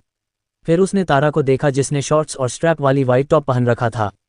अहान ने सिर हिलाया और अपना खाना खाने लगा। रॉय भी अपना डिनर कर रहा था, जब ही दिव्या की नज़रें न चाहते हुए भी उस पर ठहर जा रही थी। देवांश ने अवदान से कहा, कुछ दिनों में हमारे दोनों बेटों नीरज और रोशन की शादी है, तो अगर आप इनकी शादी तक रुक जाते तो हमें बहुत खुशी होती। अवदान ने एक नज़र तारा को देखकर देवांश से कहा, हमें वापस जाना होगा, कुछ ज़रूरी काम है, पर हम शादी में शामिल होने ज़रूर आएंगे। देवांश ने सिर हिलाया और तारा से कहा, तारा बेटा आप तो रुकिएगा ना, हम जानते हैं आपको काम रहता है, पर कुछ दिन यहाँ अपने घर रुक जाए, हम सबसे घुलने मिलने का मौका दीजिए। तारा ने अवदान को देखा जो अपना खाना खा रहे थे। वो उन्हें देखते हुए बोली, अवदान हम यहाँ कुछ दिनों के लिए रुक सकते हैं ना? रॉय और राम, जिन्होंने रोटी का टुकड़ा मुंह में डाला ही था, उन दोनों को ही जोर का धक्का लगा और दोनों जोर जोर से खांसने लगे। दिशा और दिव्या ने दोनों को पानी का गिलास दिया। दिशा राम का और अहान रॉय का पीठ सहलाने लगे थे। कुछ पल बाद दोनों नॉर्मल हुए और तारा को देखने लगे। आशीष का हाथ तो अब भी अपने मुंह के पास रुका हुआ था। वो मुंह खोले तारा को देख रहे थे। उन्हें अपनी कानों पर यकीन नहीं हो रहा था कि एक 20 साल की बच्ची ने उसके डैड द डेविल को उसके नाम से बुलाया है। बाकी सबका भी यही हाल था। सब शॉक्ड होकर तारा और अवदान को देख रहे थे। बस एक दिलीप थे जो अपना खाना खा रहे थे, जैसे उन्हें पहले से ही पता था कि तारा तो ऐसा कुछ करने ही वाली थी। अवदान ने पानी का 2 घुट बहुत मुश्किल से गले से नीचे उतारा, फिर तारा को देखते हुए पूछा, आपने अभी हमारा नाम लिया? तारा खाना चबाते हुए बोली, हाँ, आपने ही तो कल कहा था कि मैं आपकी पोती नहीं हूँ, और जब मैं आपकी पोती हुई नहीं, आप मुझे अपनी पोती मानते ही नहीं, तो मैं क्यों आपको दादू कहूँ? अवदान ने मदद के लिए दिलीप को देखा, ये सोचकर कि वो कुछ बोलेंगे, पर दिलीप ने साफ साफ उन्हें इग्नोर कर दिया, जैसे कह रहे हो मुझे मत सुनिए बॉस, गलती आपकी थी, आपको सोच समझकर बोलना चाहिए था, अब जब बोल दिया है तो भुगतिए। अवदान ने सबको एक नज़र देखा तो सबने जल्दी से अपनी नज़रें नीचे कर ली। आहान के होठों पर न दिखने वाली मुस्कान आ गई थी। अवदान ने फिर से तारा को देखते हुए कहा, आप मुझे कुछ और भी कह सकती है लिटिल डेविल, और दादू भी कह सकती है, मुझे कोई प्रॉब्लम नहीं है। तारा सिर हिलाते हुए बोली, नहीं, आपने खुद से कहा कि मैं आपकी पोती नहीं हूँ, इसलिए मैं आपको अब दादू नहीं कहूँगी, और वैसे भी आपने तो मेरी मम्मा को अपनी बहू भी नहीं माना है, फिर कैसा रिश्ता हमारा? मैं तो सिर्फ आपकी वारिश हूँ ना, इसलिए मैं अब से आपको आपके नाम से ही बुलाऊंगी। और क्या प्रॉब्लम है, नाम लेने में इतना अच्छा तो नाम है अवदान, अवदान बोलने में भी अच्छा लगता है। कहते हुए वो मुस्कुराने लगी। अवदान उसकी स्माइल का मतलब बखूबी समझ रहे थे। तारा इनडायरेक्टली उन्हें ताना भी दे रही थी और चिढ़ा भी रही थी। अवदान ने वाणी को देखा जिसने अपना सिर झुका लिया था। फिर उन्होंने आशीष को देखा जो मुस्कुराते हुए तारा को देख रहे थे। उन्होंने उसे घूर कर देखा तो आशीष ने कहा, मुझे घूरने से क्या होगा, मैंने थोड़ी आपका नाम लिया है, जिन्होंने लिया है उनसे कहिए या उन्हें घूरिए, मैं बेचारा अपना खाना खा रहा हूँ, कहते हुए वो अपना खाना खाने लगा। आशीष की बात सुन सबके होठों की मुस्कान लंबी हो गई थी, पर किसी की भी आवाज़ बाहर नहीं निकली। अवदान ने तारा को देखा और उससे आंखों से कहा, आप इस बारे में हमसे अकेले में भी बात कर सकती थी, यूं सबके सामने मेरी खिल्ली उड़ाने की क्या ज़रूरत थी? तारा ने भी आंखों से ही जवाब दिया, आपने भी तो सबके सामने कहा था, तो रिएक्शन भी तो सबके सामने ही मिलेगा ना। तारा उन्हें देखते हुए मन में बोली, अब आप देखना, आप खुद बोलोगे कि मैं आपको दादू कहूँ, और जब तक आप नहीं कहते मैं आपको दादू नहीं कहूँगी। आखिर आपकी ही तारा हूँ, आपके कुछ गुण तो मेरे अंदर भी आई ही है, अपनी बात मनवाना मुझे अच्छे से आता है। अवदान ने आगे कुछ नहीं कहा, उनके पास कहने के लिए कुछ बचा भी नहीं था। उन्होंने खुद ही अपने पैरों में कुल्हाड़ी मारी थी। वो मन ही मन बोले, इनका कुछ नहीं हो सकता, अब जब तक मैं सामने से इन्हें दादू कहने को नहीं कहता तब तक ये मुझे यूं ही सबके सामने मेरे नाम से बुलाएगी। है भगवान, क्या मुसीबत है, ये मुझसे थोड़ा भी नहीं डरती। दूसरी तरफ वंश मान को ढूंढते हुए बार में आ गया था। वहां आकर उसने मान को देखा जो पूरी तरह नशे में डूबा हुआ था। वंश उसके पास जाकर उसे संभालते हुए बोला, भाई आप यहाँ क्या कर रहे हो, चलिए घर चलते हैं। मान ने उसे देखा तो वो नशे में चूर बोला, नहीं, मुझे घर नहीं जाना, मुझे उसके पास जाना है। वंश कंफ्यूज होकर बोला, उसके पास किसके पास जाना है आपको, आप डैड से मिलना चाहते हैं क्या? मानना में सिर हिलाते हुए बोला, नहीं डैड नहीं, महक, मुझे महक के घर जाना है। महक का नाम सुनकर वंश की आंखें बड़ी हो गई और वो हैरानी से मान को देखने लगा। मान के मुंह से महक का नाम सुनकर वंश शॉक्ड रह गया था। महक उसे भी याद थी। वो सोच ही रहा था कि मान ने फिर से कहा, वंश मुझे महक के पास लेकर चलो, मुझे उसके पास जाना है। वंश ने मान को देखा जो कुछ ठीक नहीं लग रहा था। शायद कुछ ऐसा था जो उसे अंदर ही अंदर खाए जा रहा था। कुछ सोचकर उसने सिर हिलाया और मान को ले बार से बाहर निकल आया। उसने मान को कार में बैठाया, फिर खुद ड्राइविंग सीट पर बैठकर सीट बेल्ट लगाते हुए बोला, पर भाई उनका घर कहाँ है मुझे नहीं पता, मुझे थोड़ा टाइम दीजिए, मैं अभी पता लगाता हूँ कि वो कहाँ रहती हैं। मान सीट पर एडजस्ट होते हुए बोला, मुझे पता है, मैं बताता हूँ, तू कार स्टार्ट कर। वंश ने सिर हिलाया और कार स्टार्ट कर दी। दूसरी तरफ राजपूत बंगलों में सारे लोग सो गए थे, पर तारा के आंखों में नींद नहीं थी। उसे रह रहकर आहान के किए आज की बिहेवियर याद आ रही थी। उसने अपना ध्यान भटकाने के लिए लैपटॉप ऑन किया और सोफे पर बैठकर काम करने लगी, पर आधे घंटे से ज़्यादा उसका मन अपने काम में भी नहीं लगा। उसने दीवार पर टंगी घड़ी देखी जिसमें 12 बजने को आए थे। टाइम देख वो खुद से बोली, अब तक तो मेरा अनान सो गया होगा, क्या करूँ, जाऊँ उसके पास, पर अगर उसने फिर से वैसा ही अजीब बिहेव किया तो एक काम करती हूँ, जाती हूँ, जो होना होगा होगा। सोचते हुए उसने लैपटॉप टेबल पर रखा, फिर सोफे से उठकर कमरे से बाहर निकल गई। बाहर बहुत कम रोशनी थी। वो धीमे कदमों से आहान के कमरे में जाने लगी। नीरज और रोशन दोनों छत से नीचे उतर रहे थे। दोनों सिगरेट पीने और बिजनेस के बारे में कुछ डिस्कस करने छत पर गए थे। दोनों नीचे आए कि दोनों की नज़र तारा पर गई। दोनों ने उसे आहान के कमरे में जाते देखा तो दोनों एक दूसरे को देखने लगे। इधर अपने कमरे में आहान को भी नींद नहीं आ रही थी। उसे भी आज का किया अपना किया मिसबिहेव याद आ रहा था। तभी उसके कमरे का दरवाज़ा खुला और कोई धीमे कदमों से अंदर आया। आवाज़ सुनकर आहान ने अपनी आंखें बंद कर ली और सोने का नाटक करने लगा। तारा धीरे धीरे उसके पास उसके चेहरे को देखने लगी। उसने आहान के माथे पर गिरे बालों को साइड करते हुए कहा, तुमने आज अजीब बिहेव क्यों किया? वो जो कुछ भी था अच्छा बिल्कुल भी नहीं था, प्लीज़ तुम पहले की तरह रहा करो, मुझे मेरा पहले वाला अनान ही पसंद है। कहते हुए उसने आहान के फहद पर किस किया, फिर उसके दोनों गालों को अपने होठों से छूकर कमरे से निकल गई। उसके जाते ही अहान ने अपनी आंखें खोल ली। इस वक्त उसकी हेजल ग्रीन आइस हल्की लाल हो चुकी थी। उसने ब्लैंकेट से खुद को अच्छे से कवर किया और आंखें बंद कर ली। तारा भी वापस अपने कमरे में चली गई थी। इस बात से अनजान की नीरज और रोशन दोनों उसे अब भी देख रहे थे। तारा को इतनी जल्दी लौटता देखकर रोशन ने कहा, भाई मुझे ऐसा लगता है कि तारा का प्यार वन साइडेड है। अहान तो उससे हमेशा दूर दूर ही रहता है। नीरज कुछ सोचते हुए बोला, जैसा दिखता है वैसा ही हो भी, ये जरूरी नहीं है। रोशन ने उसे सवालिया निगाहों से देखा तो नीरज ने बात बदलते हुए कहा, इनके बारे में फिर कभी बात करेंगे, फिलहाल तुम अपना सोचो और मुझे भी मेरा सोचने दो। रोशन अपनी आईब्रो नचाते हुए बोला, क्या बात है भाई, आप भी अपने शादी के सपने देखने लगे हो? भाभी के बिना अब दिल नहीं लगता है क्या? नीरज ने उसे घूर कर देखा तो रोशन जल्दी से अपने दांत अंदर करते हुए बोला, ठीक है, मैं नहीं कहता कुछ भी, अब मुझे नींद आ रही है, गुड नाइट। कहते हुए रोशन ने अंदाई ली और अपने कमरे में चला गया। नीरज ने सिर हिलाया और वो भी अपने कमरे में चला गया। इधर मान ने कार रोकी तो मान कार से बाहर निकल आया। उसके कदम अब लड़खड़ाने लगे थे। वंश भी कार से बाहर आया और सिर ऊपर उठाकर सामने खड़ी बिल्डिंग को देखने लगा। मान ने भी बिल्डिंग को देखते हुए कहा, मैंने इस लड़की को करोड़ों का चेक दिया और ये लड़की आज भी इस टिपिकल बिल्डिंग में रहती है, पता नहीं इतना सारा पैसा लेकर कहाँ जाएगी। वंश ने उसकी बात सुनी तो कहा, आपने मिस महक को करोड़ों का चेक दिया था, पर क्यों? मान ने उसके कंधे पर हाथ रखते हुए कहा, मेरी मर्जी, मुझे देने का मन किया तो मैंने दे दिया, अब तू वापस कार में बैठ, मैं जा रहा हूँ मेरी महक के पास। कहते हुए वो आगे बढ़ गया। वंश ने भी उसे रोका नहीं। उसने अपना फ़ोन निकाला जिसमें वर्षा के 10 मिस कॉल थे। वंश वापस अपनी कार में बैठा और वर्षा को कॉल कर उससे बातें करने लगा। मान आकर एक दरवाजे के सामने खड़ा हो गया। उसने डोर बेल बजाई और आसपास देखने लगा। वो बिल्डिंग बहुत बड़ी या हाई फाई नहीं थी, वहाँ मिडिल क्लास लोग ही रहते थे। मान को ये बात खटकी कि इतने सारे पैसे देने के बावजूद महक अब भी इतने छोटे से घर में क्यों रह रही है, पर इस वक्त नशे में होने के कारण उसने इस पर ज़्यादा ध्यान नहीं दिया। उसने फिर से डोर बेल बजाए। जब 10 सेकंड बाद भी किसी ने भी दरवाज़ा नहीं खुला तो मान लगातार डोर बजाने लगा। अंदर महक के आंखों में भी नींद नहीं थी। वो बेड पर इधर उधर हो रही थी। उसे तो टाइम का भी कोई होश नहीं था। वो यहाँ अकेले रहा करती थी। उसने अपने पापा को गांव भेज दिया था ताकि वो वहाँ थोड़ी चैन की जिंदगी जी पाए। महक ने डोर बेल की आवाज़ सुन ली थी। वो बेड से उठी और अपना दुपट्टा उठाकर कमरे से बाहर आई कि उसके कानों में डोर बेल बार बार लगातार बजने की आवाज़ आने लगी। वो तेजी से गई और दरवाज़ा खोलते हुए बोली, टूट जाएगा बेल, ऐसे मत बजाओ। कहते हुए उसकी नज़र दरवाजे पर खड़े मान पर ठहर गई। मान के बाल बिखरे हुए थे। उसने एक ब्लैक शर्ट पहन रखा था जिसके स्लीव फोल्ड थे। उसकी आंखें लाल थी और कपड़े अस्त व्यस्त। महक को देखकर मान के चेहरे पर मुस्कान आ गई थी। वो अंदर जाते हुए बोला, दरवाज़ा क्यों नहीं खोल रही थी तुम? उसकी आवाज़ सुन महक सेंस में आए और बोली, वो मैं तो आ ही रही थी। कहते हुए वो पीछे हो गई क्योंकि मान उसके घर के अंदर आ चुका था। मान ने सिर हिलाया और डोर बंद करते हुए बोला, मुझे तुम चाहिए थी अभी इसी वक्त, इसलिए आ गया। महक आंखें बड़ी करते हुए बोली, क्या कह रहे हैं आप? फिर उसने मान को गौर से देखा जो बिल्कुल भी अपने होश में नहीं था। उसे नशे में इस कदर धुत देखकर महक के शरीर में डर की एक लहर दौड़ पड़ी। वो घबराई नजरों से उसे देखते हुए बोली, सर आप होश में नहीं हो इसलिए ये सब कह रहे हो, आप बैठो मैं पानी लेकर आती हूँ। कहकर वो जाने के लिए पलटी कि मान ने उसका हाथ पकड़कर उसे पीछे से अपनी बाहों में भर लिया। उसके ऐसा करते देख डर के वजह से महक की आंखें भर आए। उसकी सांसें तेज होने लगी थी। पूरा शरीर कांपने लगा था। मान का हाथ उसके कमर पर कसते जा रहा था। वो उसके बालों को स्मेल करते हुए बोला, मुझे पानी नहीं तुम चाहिए पलक, तुम्हारी ये खुशबू। कहते हुए उसने अपनी गर्म सांसें उसके कंधे पर छोड़ी जिससे महक की आंखें बंद हो गई। वो थोड़ा हिम्मत करते हुए बोली, सर क्या कर रहे हैं आप, प्लीज़ छोड़िए मुझे, आपने ही कहा था कि हम अब कभी एक दूसरे से नहीं मिलेंगे।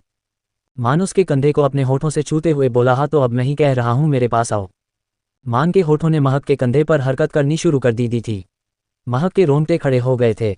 ऐसा नहीं था कि मान का टच उसे पसंद नहीं था। मान के छूने से तो वो सब कुछ भूल जाया करती थी, पर उस दिन मान ने जो कुछ भी कहा था उससे वो बहुत हट हुई थी। और ये उसका घर था। आसपास उसके जान पहचान वाले रहते थे। अगर किसी ने उसे किसी पराये मर्द के साथ देख लिया तो वो और उसके पापा के लिए समाज में सिर उठाकर रहना मुश्किल हो जाएगा। मान ने धीरे से उसके दुपट्टे को उसके कंधे से सरकाते हुए नीचे गिराया, फिर उसे पलटकर उसके होठों पर किस करने को हुआ, पर उससे पहले महक झट से उससे दूर होते हुए थोड़ा सख्त आवाज में बोली, सर मैंने कहा ना आप होश में नहीं हो, आप प्लीज जाइए यहाँ से, मुझे कुछ भी नहीं करना है। उसके ऐसा कहने पर मान को तारा का उसे पिटना याद आ गई और उसका चेहरा गुस्से से भरने लगा। महक उसे नहीं देख रही थी, इसलिए उसे कोई अंदाजा नहीं था कि मान अब क्या करने वाला था। महक उसके बगल से होते हुए दरवाजा खोलने के लिए जाने लगी कि मान ने उसका हाथ पकड़कर उसे डोर से लगा दिया और खुद उसके करीब आकर गुस्से से बोला, तुम मुझे मना कर रही हो, मुझे मान कपाड़िया को, तुम्हारी इतनी औकात नहीं है कि तुम मुझे मना कर सको, थोड़ा अच्छे से बात क्या कर ली, तुम तो अपनी जगह ही भूल गई।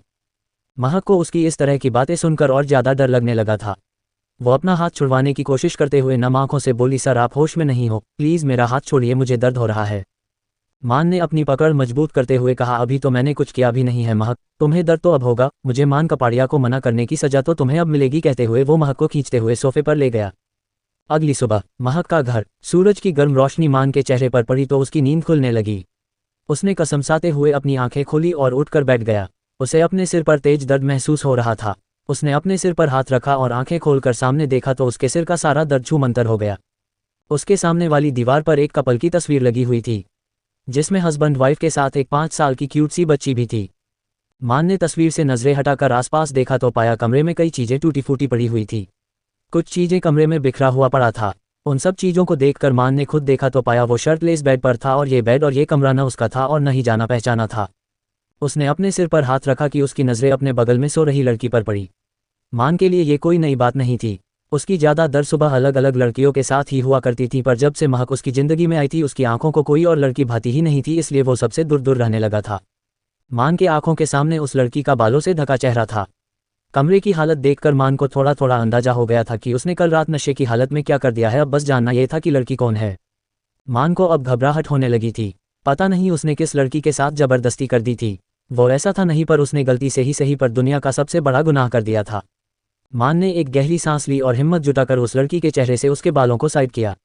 जैसे ही उसकी नज़र महक के चेहरे पर पड़ी उसका दिल धक से रह गया। उसने महक के चेहरे को देखा जिस पर आशयों के निशान बने हुए थे। आंखें और चेहरा रोने के वजह से सूज चुका था। उसके होठ भी बेजान हो गए थे और वो एक जिंदा लाश की तरह पड़ी हुई थी। महक का चेहरा और कमरे में बिखरी पड़ी चीजें कल रात की सारी बातें बयां कर रही थी। महक को देखकर मान का दिल टूटता सा महसूस होने लगा था। उसने बहुत मुश्किल से महक को आवाज़ देते हुए कहा, मिस महक उठ जाए। उसके कई बार आवाज़ देने पर भी जब महक नहीं उठी तो मान ने उसका चेहरा पकड़कर उसे हिलाना चाहा, पर उसका चेहरा पकड़ते ही मान की आंखें बड़ी हो गई। महल का पूरा बदन आग की तरह गर्म था और शायद वो बेहोश हो चुकी थी। मान उसे देख जल्दी से उठा और अपना फ़ोन ढूंढने लगा। उसकी नज़र नीचे पड़ी अपनी पैंट पर गई तो उसने पेंट उठाया और उसके पॉकेट से फ़ोन निकालकर वंश को कॉल लगा दिया। वंश नीचे अपनी कार में ही सो गया था। उसकी आधी रात वर्षा से बात करने में और बाकी बची रात मान के इंतजार में गुजर गई थी। उसका फ़ोन रिंग हुआ तो उसकी आवाज़ सुनकर उसकी भी आंखें खुली। उसने मोबाइल पर फ्लैश हो रहे नाम को देखा तो कॉल रिसीव करते हुए अलशाए आवाज़ में बोला, भाई मैं नीचे ही हूँ, आप आओ फिर साथ में विला चलते हैं। मान ने शांत आवाज़ में कहा, वंश एक लेडीज़ डॉक्टर को अरेंज करो और वो भी जल्द से जल्द। डॉक्टर की बात सुनकर वंश ने कहा, क्या हुआ भाई साहब, ठीक है ना? मान ने पलटकर एक नज़र महक को देखा, फिर कहा, हाँ सब ठीक है, एक काम करो डॉक्टर रोमा को भेज दो और उससे पहले मेरे कपड़े दे जाओ। वंश ने ओके कहा, फिर कॉल कट कर अपने काम में लग गया। मान ने गहरी सांस छोड़ते हुए कमरे को देखा, फिर वॉशरूम चला गया। राजपूत बंगलो। रॉय पिछले 1 घंटे से मिरर के सामने खड़े होकर रेडी हो रहा था, पर आज उसे एक भी शर्ट पसंद नहीं आ रही थी। वो दिव्या के सामने दुनिया का सबसे हैंडसम बंदा बनकर जाना चाहता था, पर अफसोस वो एक भी शर्ट में स्टिफाई नहीं हो पा रहा था। तभी उसके कमरे का दरवाजा तेज आवाज के साथ खुला और तारा पैर पटकते हुए तेजी से अंदर आकर सोफे पर बैठ गई। रॉय ने अचानक दरवाजा खुलने पर अपने सीने पर हाथ रख लिया था। तारा को देखकर वो एक राहत की सांस लेते हुए बोला, आप किसी दिन मुझे हार्ट अटैक दे देंगी लिटिल डेविल, इतनी जोर से दरवाजा खोलने की क्या जरूरत थी? तारा ने उसे आंखें उठाकर घूरा तो रॉय जबरदस्ती मुस्कुराने की कोशिश करते हुए बोला, बिल्कुल आप दरवाजा जोर से खोल सकती हैं, पटक सकती हैं, आखिर आपके बाबा सा का है, आप कुछ भी कर सकती है। तारा आलती पलती कर सोफे पर बैठते हुए बोली, अंकल मैं मजाक के मूड में बिल्कुल भी नहीं हूँ, मुझे कुछ बहुत जरूरी बात करनी है। रॉय ने उसके चेहरे को देखा जो थोड़ा परेशान लग रहा था। उसे परेशान देखकर वो सीरियस होकर बोला, क्या हुआ बताए। रॉय के पूछने पर तारा ने कल की सारी बातें उसे बता दी। सब कुछ सुनकर रॉय को अपनी कानों पर यकीन नहीं हुआ। वो अहान और तारा दोनों को जानता था। अहान ऐसा नहीं कर सकता था, जबकि तारा को इन सब के बारे में कुछ भी पता नहीं था, इसलिए उसके झूठ बोलने का सवाल ही नहीं उठता था। रॉय ने जाकर दरवाजा बंद किया और उसके सामने सोफे पर बैठते हुए बोला, अहान ने ऐसा किया आपके साथ?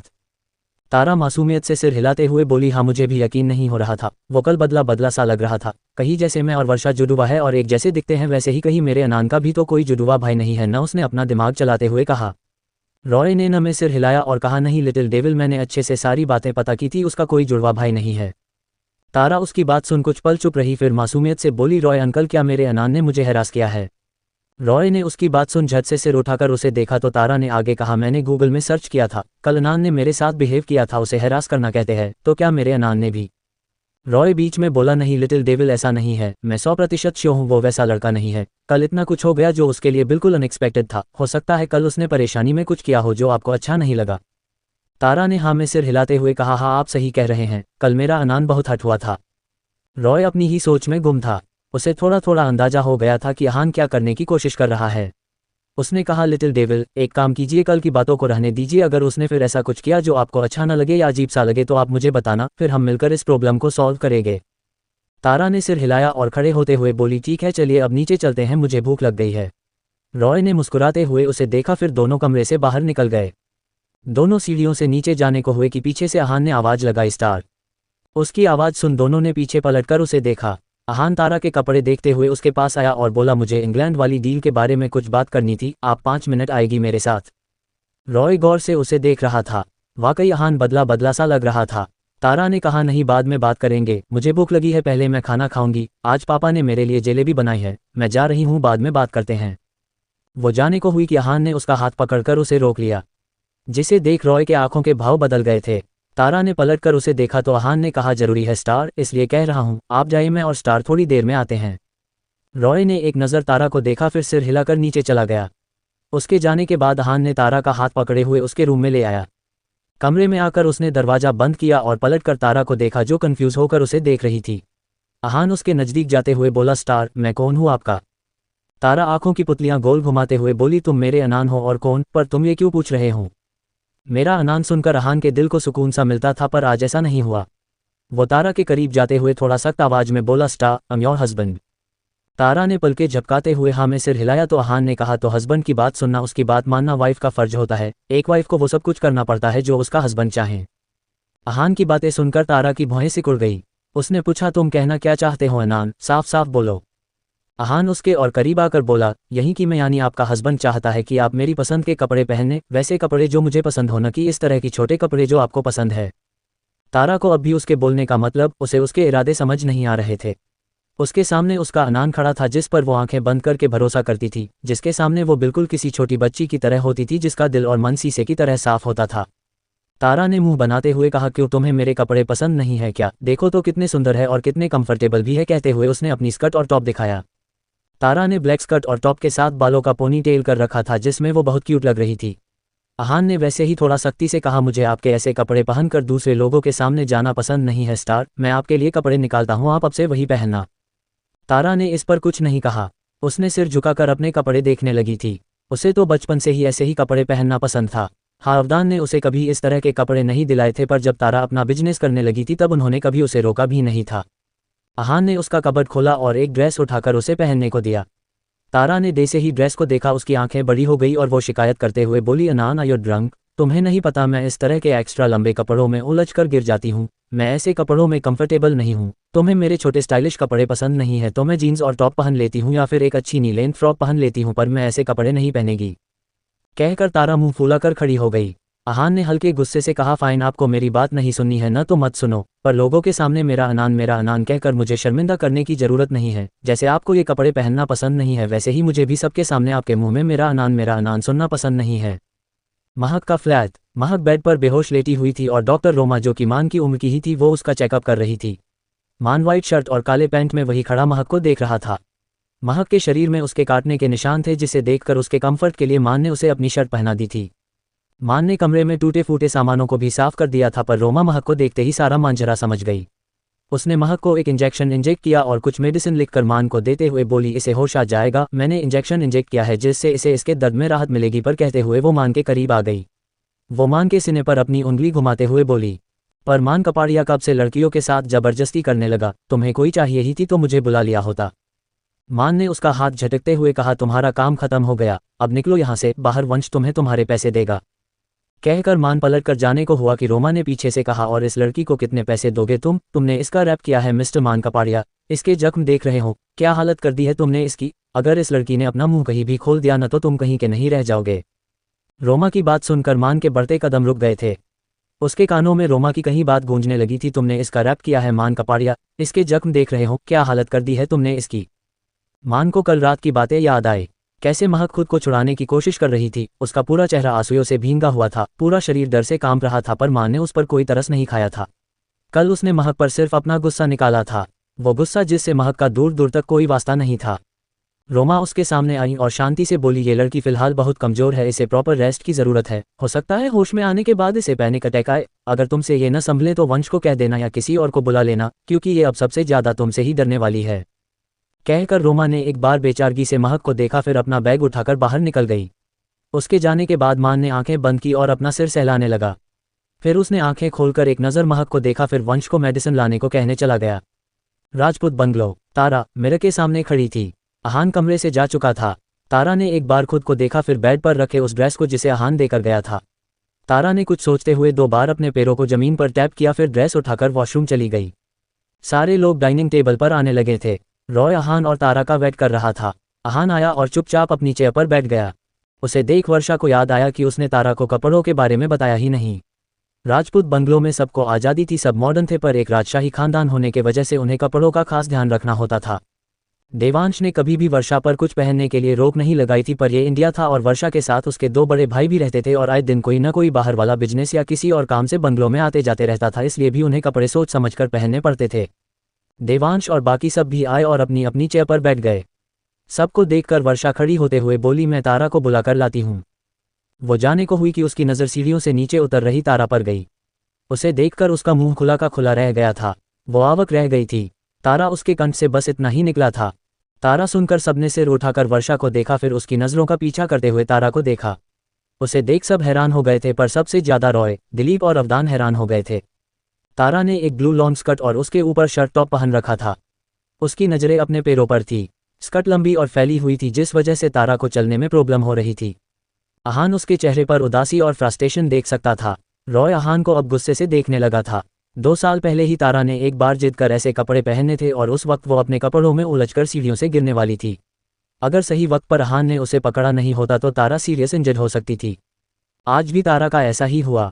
तारा एक बार फिर से अपने कपड़ों में उलझकर गिरने को हुई कि किसी ने उसका हाथ पकड़ लिया और उसे गिरने से बचा लिया। आहान की सांसें थमने को आई थी। उसके लिए तारा की छोटी सी चोट भी बहुत बड़ी होती थी। वही अवदान अब हल्के गुस्से में आ गए थे। तारा ने सिर उठाकर देखा तो सामने नैन्सी खड़ी दिखी। नैन्सी ने ही उसे गिरने से बचा लिया था। वो उसे ठीक से खड़ा करते हुए बोली, तुम ठीक हो ना तारा, कहीं लगी तो नहीं? तारा ने बच्चों की तरह न में सिर हिलाया, फिर उसे थैंक्स कहकर अपनी चेयर पर आकर बैठ गई। नैन्सी ने उसके उदासी को नोटिस कर लिया था, पर फिलहाल उसने कुछ भी कहना और पूछना सही नहीं समझा। वो भी डाइनिंग टेबल पर आए और सबको गुड मॉर्निंग विश करते हुए देवांश से बोली, अंकल आपने जो फाइल रेडी करने को कहा था मैंने कर दिया है, आप एक बार उसे चेक कर लीजिए ताकि मैं उसे दिल्ली भेज सकूं। देवांश ने हल्का मुस्कुराते हाँ में सिर हिलाया तो नित्या ने उसे भी बैठने को कहा, पर नैन्सी चेयर पर न बैठकर उसके पास आए और उसके हाथ से सब्जी की बाउल लेते हुए बोली, मैं सर्व करती हूँ, फिर आपके साथ खा लूंगी। नित्या ने सिर हिलाया तो नैन्सी सबको खाना सर्व करने लगी। रोशन नैन्सी को देखकर बार बार दरवाजे की तरफ देखने लगा था। उसे लगा था शायद सुबह सुबह उसे भी अपनी रिमी के दर्शन हो जाएंगे, पर रिमी तो आई ही नहीं थी। वो नैन्सी से पूछना चाहता था, पर सबके होने के वजह से वो कुछ नहीं बोल पाया। तारा के बैठते ही आशीष उसे खुद से सर्व करने लगे थे। उसे देख तारा के होठों पर मुस्कान आ गई थी। अवदान ने हल्के गुस्से से कहा, आपने आज ऐसे कपड़े क्यों पहने हैं? उनका सवाल सुन तारा के हाथ रुक गए थे, पर उसने सिर नहीं उठाया था। वो कुछ सोचकर खाते हुए बोली, बस ऐसे ही नज़र पड़ गई तो मैंने पहन लिया। आहान प्लेट में हाथ डाले बैठा था। तारा का उदास चेहरा देखकर उससे खाया नहीं जा रहा था। अवदान ने फिर से गुस्से से कहा, आपको याद नहीं है पिछली बार क्या हुआ था? आप गिर सकती थी, आपको चोट लग सकती थी। फिर उन्होंने शांत भाव से कहा, जाइए जाकर चेंज करके आए, जो हमेशा पहनती हैं वो पहन कर आइए। तारा ने तिरछी नज़र से आहान को देखा, जिसकी आंखें अपने प्लेट पर टिकी हुई थी। उसने कहा, मैं बस ट्राई कर रही हूँ, ध्यान रखूंगी, कुछ नहीं होगा मुझे। अवदान ने इस पर कुछ नहीं कहा और अपना आधा खाना छोड़कर उठकर बाहर निकल गए। उनके पीछे दिलीप ने भी अपना खाना छोड़ दिया और उनके पीछे चले गए। देवांश और आशीष को कहीं न कहीं अवदान की बातों से इतना तो समझ आ गया था कि वो दिखाते नहीं है, पर उन्हें तारा की बहुत फिक्र रहती है। वो तारा के लिए बहुत पजेसिव है। दोनों के होठों पर कुछ सोचते हुए मुस्कान आ गई थी। तारा जाते हुए अवदान को देख रही थी। उसने उसे नाराज कर दिया था, इसलिए उसे बिल्कुल अच्छा नहीं लग रहा था। उसने भी अपना आधा खाना छोड़ दिया और उठकर गार्डन में चली गई। महक का घर। महक को हल्का हल्का होश आया तो उसने अपनी आंखें खोली और उठकर बैठ गई। इंजेक्शन के वजह से अब उसे कम दर्द हो रहा था, पर उसके आंखों से आंसू बहना रुक नहीं रहे थे। उसे होश में आते ही कल रात का सब कुछ याद आ गया था, जिस वजह से वो बेहिसाब रोए जा रही थी। उसके रोने की आवाज़ सुनकर मान जो बाहर खड़ा था, वो अंदर चला आया। उसने महक को रोते हुए देखा तो उसके पास जाने उसे शांत कराने के लिए लगा, पर इससे पहले कि वो महक को छू पाता महक ने सिर उठाकर उसे देख लिया। मान को देखते ही महक की आंखें डर से भर गई थी। उसका पूरा शरीर कांपने लगा था। वो रोते हुए पीछे होने लगी थी। उसके मुंह से शब्द नहीं निकल पा रहे थे, तब भी वो हिम्मत करते हुए बोली, प्लीज़ छोड़ दो मुझे, मैंने कुछ नहीं किया, प्लीज़। मान ने उसका हाथ पकड़ना चाहा कि महक डरते हुए बोली, नहीं, छूना मत मुझे, मेरे पास मत आओ, प्लीज़ दूर रहो मुझसे, मुझे हाथ मत लगाओ। महक की हालत देखकर मान के दिल में दर्द सा उठने लगा था। उसने अपने कदम पीछे लेते हुए महक को देखा जो नॉनस्टॉप रोए जा रही थी। मान को रोमा की बात याद आई कि महक को पैनिक अटैक आ सकता है, वो सबसे ज़्यादा मान से ही डरने वाली थी। उसकी बात याद कर मान को अपने कदम पीछे लेना ही सही लगा। वो कमरे से निकलकर हॉल में आया और वंश को कॉल कर अंदर बुला लिया। वंश ने अंदर आते ही महक की रोने की आवाज़ सुनी। मान ने उसे सारी बातें बता दी थी जिस पर यकीन करना वंश के लिए भी मुश्किल था। वो मान को जानता था, वो कभी किसी भी लड़की के साथ जबरदस्ती नहीं करता था या वो एक लड़की के पास दोबारा नहीं जाया करता था, पर महक के केस में सब कुछ बदल गया था। वंश ने मान से कुछ नहीं पूछा, उसे रोमा ने सब कुछ समझा दिया था, इसलिए वो बिना टाइम वेस्ट किए महक के पास चला गया और उसे शांत करने की कोशिश करने लगा। वंश बहुत समझदार था और शांत स्वभाव का था। उसने अपनी बातों से महक को समझाकर चुप करवा दिया था। उसने महक को खाना खिलाया और उसे उसकी दवा देकर उसे सोने को कहा और खुद कमरे से निकलकर मान के पास आ गया। मान ने खिड़की से एक बार बेड पर लेटी महक को देखा, फिर जाने को हुआ कि वंश ने उसे रोकते हुए उसे कुछ बताने लगा। दूसरी तरफ तारा गार्डन के बेंच पर बैठी अहान और अवदान के बारे में सोच रही थी। उससे कुछ दूरी पर अहान खड़ा उसे देख रहा था। वो तारा के जिद से अच्छी तरह वाकिफ था, इसलिए तो उसने उसे इस तरह के कपड़े पहनने को दिए थे। उसने सोचा था कि तारा उसकी बात नहीं मानेगी, पर तारा ने उसकी बात मान लिया था। अहान ने अपनी आंखें बंद की कि उसके कंधे पर किसी ने हाथ रखा। अहान ने आंखें खोलते हुए कहा, आप सब कुछ जानते हैं कि मैं ऐसा क्यों कर रहा हूं, इसलिए मुझे इस पर कोई बात नहीं करनी। रॉय ने हल्के गुस्से से कहा, जो भी कर रहे हो सोच समझ कर करो। तुम उस बच्ची को उतना ही दर्द दो जितना कि तुम खुद सह पाओ। कहीं ऐसा ना हो किसी दिन तुम उसके प्यार के लिए तरस जाओ और वो इसी तरह तुम्हें दर्द दे जिसे तुम सह ना पाओ। अहान ने इस पर कुछ नहीं कहा और पलटकर अपने कमरे में चला गया। रॉय ने तारा को देखा जो खुद में ही उलझी हुई थी। वो उसके पास जाने को हुआ कि नैन्सी को देखकर रुक गया। नैन्सी तारा के बगल में बैठते हुए बोली, कोई प्रॉब्लम है? अगर है तो तुम मुझे बता सकती हो। तारा ने उसे देखा तो नैन्सी ने कहा, मैं तुम्हारी होने वाली भाभी हूँ और एक भाभी एक माँ के साथ साथ एक सबसे अच्छी दोस्त भी होती है। तुम चाहो तो अपनी इस दोस्त से अपनी प्रॉब्लम शेयर कर सकती हो। तारा ने उसे कुछ पल देखा, फिर कहा, मुझे ऐसे कपड़े नहीं पसंद है, पर जिसे मैं पसंद करती हूँ उसे इस तरह के कपड़े ही पसंद है। अब आप बताओ मैं क्या करूँ। नैन्सी को समझ आ गया था कि तारा अहान के बारे में बोल रही है, पर उसे एक बात खटकी की कि इस बार तारा ने मेरा अनान नहीं कहा, वरना वो तो हमेशा अहान का जिक्र मेरा अनान करके ही करती थी। नैन्सी ने कुछ पल रुक कर कहा, पता है तारा, जिसे हमें पसंद करना होता है न वो हमें वैसे ही पसंद कर लेता है जैसे कि हम हैं। हमारी पसंद न पसंद को भी हमारे साथ अपनाता है। अब देखो ना, मेरी बहन रिमी थोड़ी हेल्थी है। आज के वक्त में सबको जीरो फिगर वाली लड़कियां चाहिए होती है, पर रोशन को वो वैसे ही बहुत पसंद हैं। अब अगर वो रिमी से कहे कि वो पलती हो जाए क्योंकि उसे जीरो फिगर वाली लड़कियां है, तो ये कहीं से भी सही नहीं होगा ना, क्योंकि उसे जीरो फिगर पसंद है, रिमी को नहीं। रिमी अपनी हेल्थी बॉडी के साथ हैप्पी है, जैसे कि मैं अपने ओल्ड फैशन के साथ खुश हूँ। कॉलेज में सारे लोग कहते थे कि मैं बहुत ओल्ड फैशन हूँ, अब हूँ तो हूँ, मुझे यही पसंद है और जिसे मुझे पसंद करना होगा वो मुझे ऐसे ही मेरे ओल्ड फैशन के साथ मुझे पसंद करेगा। अगर उसने मुझे बदलना चाहा तो इसका साफ मतलब हुआ कि उसे मुझसे ज़्यादा किसी की और खुद की परवाह है। तारा ने उसे देखा, उसे अब भी नैन्सी की बात समझ नहीं आई थी। नैन्सी हल्का मुस्कुराते हुए बोली, मेरी बात का मतलब तुम जिसे भी पसंद करती हो तुम्हें उसके लिए बदलने की ज़रूरत नहीं है। इनफैक्ट तुम उसे बताओ कि तुम जैसी हो वो तुम्हें वैसे ही पसंद करे और न करे तो न करें, ये उसकी चॉइस है, पर मैं तो अपनी चॉइस अपनी पसंद नहीं छोड़ सकती। हाँ, कभी कभी उसकी खुशी के लिए उसकी पसंद को अपना सकती हूँ, पर खुद को बदल बिल्कुल भी नहीं सकती। तारा ने कुछ देर कुछ सोचा, फिर कहा, सही कहा आपने अमतारा सूर्यवंशी, आई एम परफेक्ट, मैं क्यों बदलूँ, मैं नहीं बदलने वाली। नैन्सी ने मुस्कुराते हुए हाँ में सिर हिलाया तो तारा खड़ी होते हुए बोली, मैं चेंज करके आती हूँ, मुझे ये चुभ रहा है। नैन्सी ने सिर हिलाया तो तारा अपना लॉन्ग स्कर्ट संभालते हुए अपने कमरे में चली गई। रॉय ने भी मुस्कुराते हुए नैन्सी को देखा, फिर वो भी अपने कमरे में लौट गए। नैन्सी वही बैठी अपने कॉलेज के दिनों को याद करने लगी थी। वो जानती थी कि नीरज उसे कभी पसंद नहीं करेगा क्योंकि वो ओल्ड फैशन रहती हैं, पर उसने कभी खुद को नहीं बदला था क्योंकि उसे यही पसंद था। नैन्सी ने अपनी आंखें बंद कर ली थी। धूप की हल्की हल्की रोशनी पत्तों से छनकर उसके चेहरे पर गिर रही थी। उसने पीछे होकर अपना सिर बेंच से टिकाया कि सूरज की तेज रोशनी उसे अपनी आंखों पर पड़ी।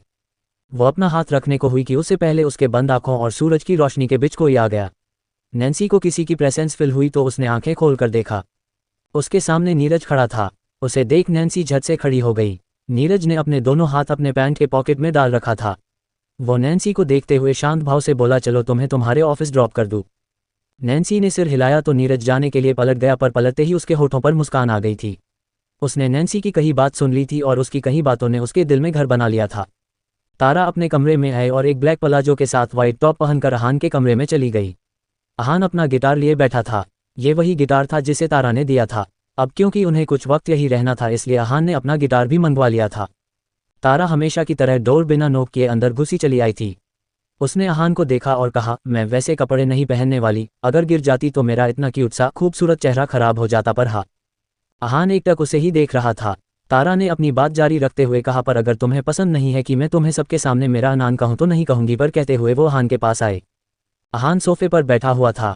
तारा उसके ऊपर झुकते हुए उसकी हेजल ग्रीन आइस में देखते हुए कोल्ड वॉइस में बोली, पर मेरे न कहने से सच बदल नहीं जाएगा, तुम मेरे ही रहोगे, समझे, तुम्हें मेरा ही रहना पड़ेगा, समझ गए ना। आहान पल के झपकाते हुए उसे देख रहा था। तारा की बातों में एक वार्निंग छिपी हुई थी, जिसे सुनकर आहान से कुछ कहने नहीं बन रहा था। तारा उसके और करीब जाते हुए बोली, तुमने कहा ना कि तुम मेरे हस्बैंड हो, तो तुम्हें नहीं लगता अब तुम्हें भी हस्बैंड होने का फर्ज निभाना चाहिए। कहते हुए उसकी नज़र आहान के होठों पर थी। आहान की धड़कनें बढ़ी हुई थी। वो तारा की बातों का मतलब अच्छे से समझ रहा था। उसने कुछ कहना चाहा कि तारा ने उसके होठों पर अपने हाथ को रख दिया और उसकी आंखों में देखते हुए हाथ हटाकर उसके होठों पर अपने होंठ रख दिए।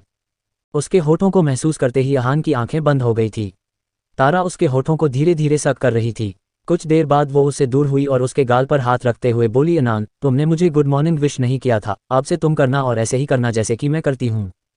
आहान ने धीरे से पलकें झपकाई तो तारा मुस्कुराते हुए बोली, तुम्हें मेरे शॉर्ट ड्रेस पसंद नहीं है ना? देखो, मैंने तुम्हारे कहने पर ट्राई कर लिया पर मुझसे नहीं हुआ, अब तुम्हारी बारी है, अब मैं जो कहने जा रही हूँ तुम्हें वो करना पड़ेगा। आहान अब भी पलकें झपकाते हुए उसे देख रहा था। उसका दिमाग जैसे कि ब्लैंक हो चुका था। तारा की ऐसी हरकतें और सन की भरी बातें आहान की बोलती बंद कर दिया करती थीं।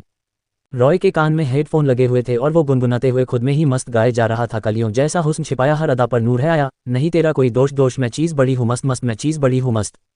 रॉय को ध्यान ही नहीं गया था कि उसका बेसुरा गाना उसके पीछे खड़े लोग सुन रहे थे। उसने डोर बंद किया और जाने को पलटा कि अचानक उन सबको देखकर उसकी चीख निकल पड़ी। हाय मम्मी! उसने सामने देवांश, राम और आशीष खड़े थे।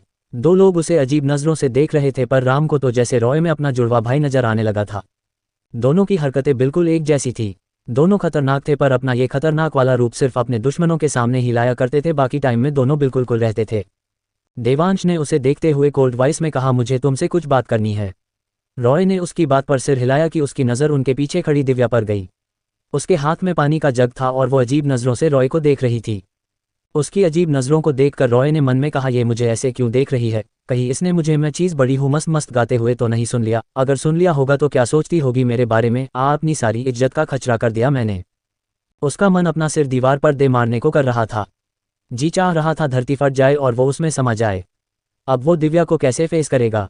सोच सोच कर रॉय को रोना आ रहा था। दिव्या ने अपनी नज़रें उस पर से हटाए और अपने कमरे में चली गई। उसे जाता देख रॉय ने अपना सिर पीट लिया। उसे ऐसा करते देख राम ने कहा, क्या कर रहे हो तुम, सिर क्यों पीट रहे हो अपना? रॉय ने हल्का मुस्कुराते हुए बात टालने के लिए कहा, कुछ नहीं, कुछ भी तो नहीं, कहिए क्या बात करनी है आप सबको? देवांश ने कहा, चलो हमारे साथ। उसकी बात पर रॉय बोला, बाहर जाना है, बस 5 मिनट दीजिए, मैं अभी तैयार होकर आता हूँ। वो कमरे में जाने के लिए पलटा तो राम ने उसे रोकते हुए कहा, तुम्हारे लिए लड़की देखने नहीं जा रहे हैं हम, जो तुम तैयार होने जा रहे हो ऐसे ही चलो, स्टडी रूम में ही जाना है। रॉय ने उसे मुंह बना देखते हुए कहा, हाँ तो इसमें ताना मारने वाली क्या बात है, चलिए, कहा है स्टडी रूम। इधर देवांश ने इशारा किया तो सब स्टडी रूम में आ गए। रॉय सोफे पर बैठ गया और बाकी तीनों उसके सामने रखे सोफे पर बैठ गए। देवांश ने बातें न घुमाकर सीधा सवाल किया, हमें तारा के बारे में जानना है, तुम उसके साथ बचपन से हो तो तुम उनके बारे में बहुत कुछ जानते होंगे। देवांश ने कहा तो रॉय के होठों पर मुस्कान आ गई, जैसे कि उसे पहले से ही खबर हो कि उसे इस तरह के सवाल पूछे जाने वाले हैं। रॉय सोफे से खड़ा हुआ और बोला, मैं बार बार नहीं कहने वाला, आज आप पूछ रहे हो, कल को मिस्टर विहान कपाड़िया पूछेंगे, इसलिए मैं आप सबको एक साथ उनके बारे में बताऊंगा। आशीष ने कहा, हमें तारा के बारे में जानना है, आहान के बारे में नहीं। रॉय ने मुस्कुराते हुए कहा, आपको छिपाने की ज़रूरत नहीं है, मुझे पता है आप सबको लिटिल डेविल और आहान दोनों के बारे में जानना है, पर मैं सिर्फ बताऊंगा नहीं, दिखाऊंगा भी। आप मिस्टर कपाड़िया को भी इन्फॉर्म कर दीजिए, क्योंकि कल को वो भी अपने बेटे के बारे में जानने के लिए मेरे पास आएंगे ही। देवांश और आशीष ने एक दूसरे को देखा, फिर सिर हिला दिया। रॉय ने सिर हिलाया और स्टडी रूम से निकल गया। उसके जाने के बाद आशीष कुछ सोचते हुए बोले, मुझे ऐसा क्यों लगता है जैसे कुछ है जो हमें पता नहीं है पर हमारा जानना जरूरी है। राम ने कहा, आप अपने डैड से क्यों नहीं पूछते, हो सकता है उन्हें कुछ पता हो। आशीष ने कहा, डैड को कुछ नहीं बहुत कुछ पता होता है, पर तारा उनसे 2 कदम आगे रहती है, जिस तरह से वो डैड से बात करती हैं आज तक किसी ने नहीं किया है। मैं पूरे यकीन से कह सकता हूँ, शी इज़ वेरी स्पेशल, उनमें कुछ तो बात है जिस वजह से डैड ने उन्हें इतनी पॉवर और आज़ादी दी हुई है। राम सोफे पर फैलते हुए बोले, कई बार आज़ादी और पॉवर दी नहीं जाती, कमाई जाती हैं, और कई बार तो छीनी भी जाती हैं। राम की बात सुनकर देवांश और आशीष ने सिर घुमाकर उसे देखा। राम दोनों को अपनी तरफ देखता पाकर अपने कंधे उचाकते हुए बोला, क्या मैंने कुछ गलत कह दिया क्या? दोनों ने न में सिर हिला दिया, पर दोनों के दिमाग में कुछ चलने लगा था। देवांश ने राम से कहा, तुम विहान को इन्फॉर्म कर दो और उसे यहाँ आने के लिए कहो। राम ने हाँ में सिर हिलाया और अपना फ़ोन निकालते हुए सोफे से उठ गया। आहान का कमरा। आहान अवाक होकर तारा को देख रहा था। तारा उसके सामने टेबल पर बैठी हुई थी। अहान झट से खड़ा होते हुए बोला, नहीं बिल्कुल भी नहीं स्टार, आपने मुझे टाइम दिया था, फिर अचानक ये सब क्यों? तारा ने आराम से कहा, अचानक नहीं है अनान, तुमने ही तो कहा था कि तुम मेरे हस्बैंड हो। मैंने तुम्हारी एक बात मानी न, तो अब मेरी बारी, तुम अब मेरी विश पूरी करो, मुझे बेबी दो और वो भी बेटा। मुझे तुम्हारी तरह एक क्यूट बेटा चाहिए। अहान के तो होश ही उड़ गए थे। उसने कभी नहीं सोचा था कि तारा उसे सामने से बच्चे के लिए जिद करने लगेगी। ये तो उसने अपने पैर पर कुल्हाड़ी मार ली थी। उसने क्या सोचकर तारा से वो सब कहा था, और यहाँ क्या ही हो रहा था? उसने सच में तारा को अंडरएस्टिमेट कर लिया था, जो उसके लिए ही घातक साबित होने लगा था। तारा पलकें झपकाते हुए उसे ही देख रही थी, जैसे कह रही हो अब तुम क्या करोगे, अब तो तुम्हें मेरे करीब आना ही पड़ेगा। उसके होठों पर न दिखने वाली विनिंग स्माइल थी। उसकी नीली आंखें खुशी और एक्साइटमेंट से चमक रही थी। अहान ने अपना सलाइवा गटका, फिर हल्के गुस्से से बोला, स्टार आप इंडिया आकर, अपने घर आकर अपनी पहचान, अपना काम सब भूल गई है। आप लिटिल डेविल है, आपके ऊपर बहुत सारी जिम्मेदारी है और अभी तो आप सिर्फ 20 साल की है। इतनी जल्दी बच्चा क्यों चाहिए? तारा टेबल से खड़ी हुई और अहान के आंखों में देखते हुए बोली, तुम मेरे काम की टेंशन मत लो, मैं सब कुछ हैंडल कर लूंगी, बस तुम मेरी विश पूरी करो। और 20 साल की नहीं हूं मैं, कुछ दिनों में 21 की होने वाली हूं। कौन सा 10-12 साल की हूं जो बेबी नहीं कैरी कर सकती? मैंने सुना है मैं अब बेबी कैरी करने के लायक हो चुकी हूं, इसलिए तुम मुझे बेबी दे रहे हो, मतलब दे रहे हो, वरना मैं दादू को सब कुछ बता दूंगी। क्या सब कुछ बता देंगी आप बॉस को? अहान ने कंफ्यूज होते हुए पूछा तो तारा अपने दांत चमकाते हुए बोली, मैं उनसे और बाकी सब से कहूंगी कि तुमने मुझे अपने प्यार के झूठे वादों से फंसाया और मुझे प्रेग्नेंट करके छोड़ दिया। तारा की धमकी सुनकर अहान को हार्ट अटैक आने वाला था। मतलब ये लड़की कुछ भी बोले जा रही थी, और सबसे ज्यादा ताज्जुब होने वाली बात ये थी कि वो ये सब सीख कहाँ से रही थी। उसके दिमाग में कौन ऐसी बातें डाल रहा था? आखिर तारा को एक्स्ट्रा क्लासेस देने वाला था कौन? अगर इस वक्त वो इंसान अहान के हाथ लग जाता तो अहान ने उसे कूट कर चटनी बना देना था। अहान तारा को गौर से देखते हुए बोला, स्टार सच सच बताए, आपके दिमाग में ऐसे आइडिया कौन भर रहा है? कौन है जो आपको और बिगाड़ रहा है? तारा ने झट से कहा, गूगल बाबा। गूगल बाबा? तारा सिर हिलाते हुए बोली, हाँ गूगल बाबा, मैंने गूगल पर सर्च किया था कि जब बॉयफ्रेंड शादी के लिए न माने तो गर्लफ्रेंड को क्या करना चाहिए। अहान अजीब तरह का मुंह बनाकर बोला, बॉयफ्रेंड गर्लफ्रेंड? यहाँ बॉयफ्रेंड गर्लफ्रेंड कोई नहीं है स्टार, मैं आपका असिस्टेंट और बॉडीगार्ड हूँ, और अब हस्बैंड भी हो। कहते हुए तारा अहान के पास आए और उसके गले में अपनी बाहें डालते हुए बोली, अनान तुम नहीं चाहते कोई तुम्हें भी पापा पापा कहे? तुम भी अपने छोटे क्यूट बेटे को स्कूल छोड़ने जाओ, उसे लेने जाओ, उसका होमवर्क करो, उसकी शैतानियां देखो। फिर वो कुछ सोचकर बोली, पर तुम उसे मुझसे ज्यादा प्यार मत करना औग। अहान उसकी बात सुन अपने मन में बोला, बच्चा? मुझे एक और बच्चा नहीं चाहिए, आप किसी बच्चे से कम नहीं हो, और आपका बच्चा तो आपसे भी 2 कदम आगे निकलेगा, मैं अकेले दो बच्चों को कैसे संभालूंगा? कहते हुए उसके दिमाग में अचानक हिंट हुआ कि वो क्या सोच रहा है। वो ऐसी बातें कैसे सोच सकता है? उसने तारा को देखा जो पलकें झपकाते हुए उम्मीद भरी नजरों से उसे देख रही थी। अहान ने झट से उसका हाथ अपने गले से निकाला और उससे दूर होते हुए बोला, स्टार मुझे काम है, आप जाइए यहाँ से, और ऐसे बार बार मत आया कीजिए, मेरे कमरे में किसी ने देख लिया तो प्रॉब्लम हो जाएगी। तारा ने कुछ कहने के लिए मुंह खोलना चाहा कि अहान ने उसका हाथ पकड़ते हुए उसे कमरे से बाहर निकालते हुए बोला, आप जाओ, बाकी बातें हम बाद में करेंगे। उसने झट से दरवाजा बंद कर दिया और दीवार से लग गया। वही तारा ने घूरकर दरवाजे को देखा, फिर पैर पटकते हुए अपने कमरे में चली गई। पर उसे अहान के कमरे से निकलते हुए देवांश और आशीष ने देख लिया था। दोनों के एक्सप्रेशन कोल्ड थे, दोनों ही कुछ सोच रहे थे, पर क्या ये तो आने वाले समय में ही पता चलने वाला था। अवदान राजपूत बंगलो से निकलकर अपने कार से एक मीटिंग अटेंड करने जा रहे थे। उसने अपना सिर सीट से टिका रखा था और किसी गहरी सोच में डूबे हुए थे। ड्राइवर कार ड्राइव कर रहा था और उसके बगल में दिलीप बैठे हुए थे। दिलीप ने पीछे पलटते हुए कहा, बॉस क्या बात है, आप किस बात को लेकर परेशान हो रहे हैं? अवदान अपना सिर सहलाते हुए बोले, तारा और अहान को लेकर दिलीप। दिलीप उनकी बात सुन कुछ खामोश हो गए। अवदान ने आंखें बंद किए ही कहा, तुम भी जानते हो ना, तारा ने आज वैसे कपड़े अहान के कहने पर ही पहने, वरना वो किसी के लिए भी अपनी पसंद बदलने वालों में से नहीं है। दिलीप कुछ पल रुक कर बोले, तो अहान का क्या करना है बॉस? अवदान ने आंखें खोली और विंडो से बाहर देखते हुए कहा, पता नहीं, समझ नहीं आ रहा उनका क्या करूं। दोनों का साथ होना उनकी सबसे बड़ी ताकत भी है और कमजोरी भी। तारा जिस हद तक अहान के लिए पजेसिव होने लगी है उसे देखकर डर सा लगता है, और अहान उस लड़के के आंखों में भी जो एहसास है वो देखकर घबराहट सी होती है। दिलीप ने कहा, बॉस आपको टेंशन नहीं लेना चाहिए, आप भी जानते हो लिटिल डेविल अहान को कभी खुद से दूर नहीं जाने देंगी। अवदान फिर से अपनी आंखें बंद करते हुए बोले, यही तो सबसे बड़ी टेंशन की बात है दिलीप, तारा अहान को खुद से दूर नहीं जाने देंगी, वो उन्हें अपने पास रखने के लिए किसी भी हद तक जा सकती है। दिलीप को उनकी बातों का मतलब अच्छे से समझ आ रहा था। उन्होंने एक नज़र अवदान को देखा जो किसी गंभीर सोच में गुम हो गए थे। उन्हें देख दिलीप ने आगे कुछ नहीं कहा, पर उनके दिमाग में भी तारा और अहान चल रहे थे। महक मेडिसिन के वजह से गहरी नींद में सो रही थी। मानव भी उसके घर पर ही था। विहान को हॉस्पिटल से डिस्चार्ज मिल गया था और वो अपने विला चले गए थे। वंश उनके पास चला गया था। मान अपना लैपटॉप खोले हॉल में रखे सोफे पर बैठा काम कर रहा था। उसने अपनी वॉच देखी जिसमें रात के 8 बजने को आए थे। वो सोफे से उठा और एक नज़र सोई हुई महक को देखकर दिन लाने के लिए फ्लैट से बाहर निकल गया। वो जैसे ही डोर लॉक करके पलटा कि उसके सामने महक की फ्रेंड खड़ी दिखी। महक की फ्रेंड मान को इस वक्त वहां देखकर शॉक्ड रह गई थी। फिर वो जल्दी से सिर हिलाते हुए बोली, गुड इवनिंग सर।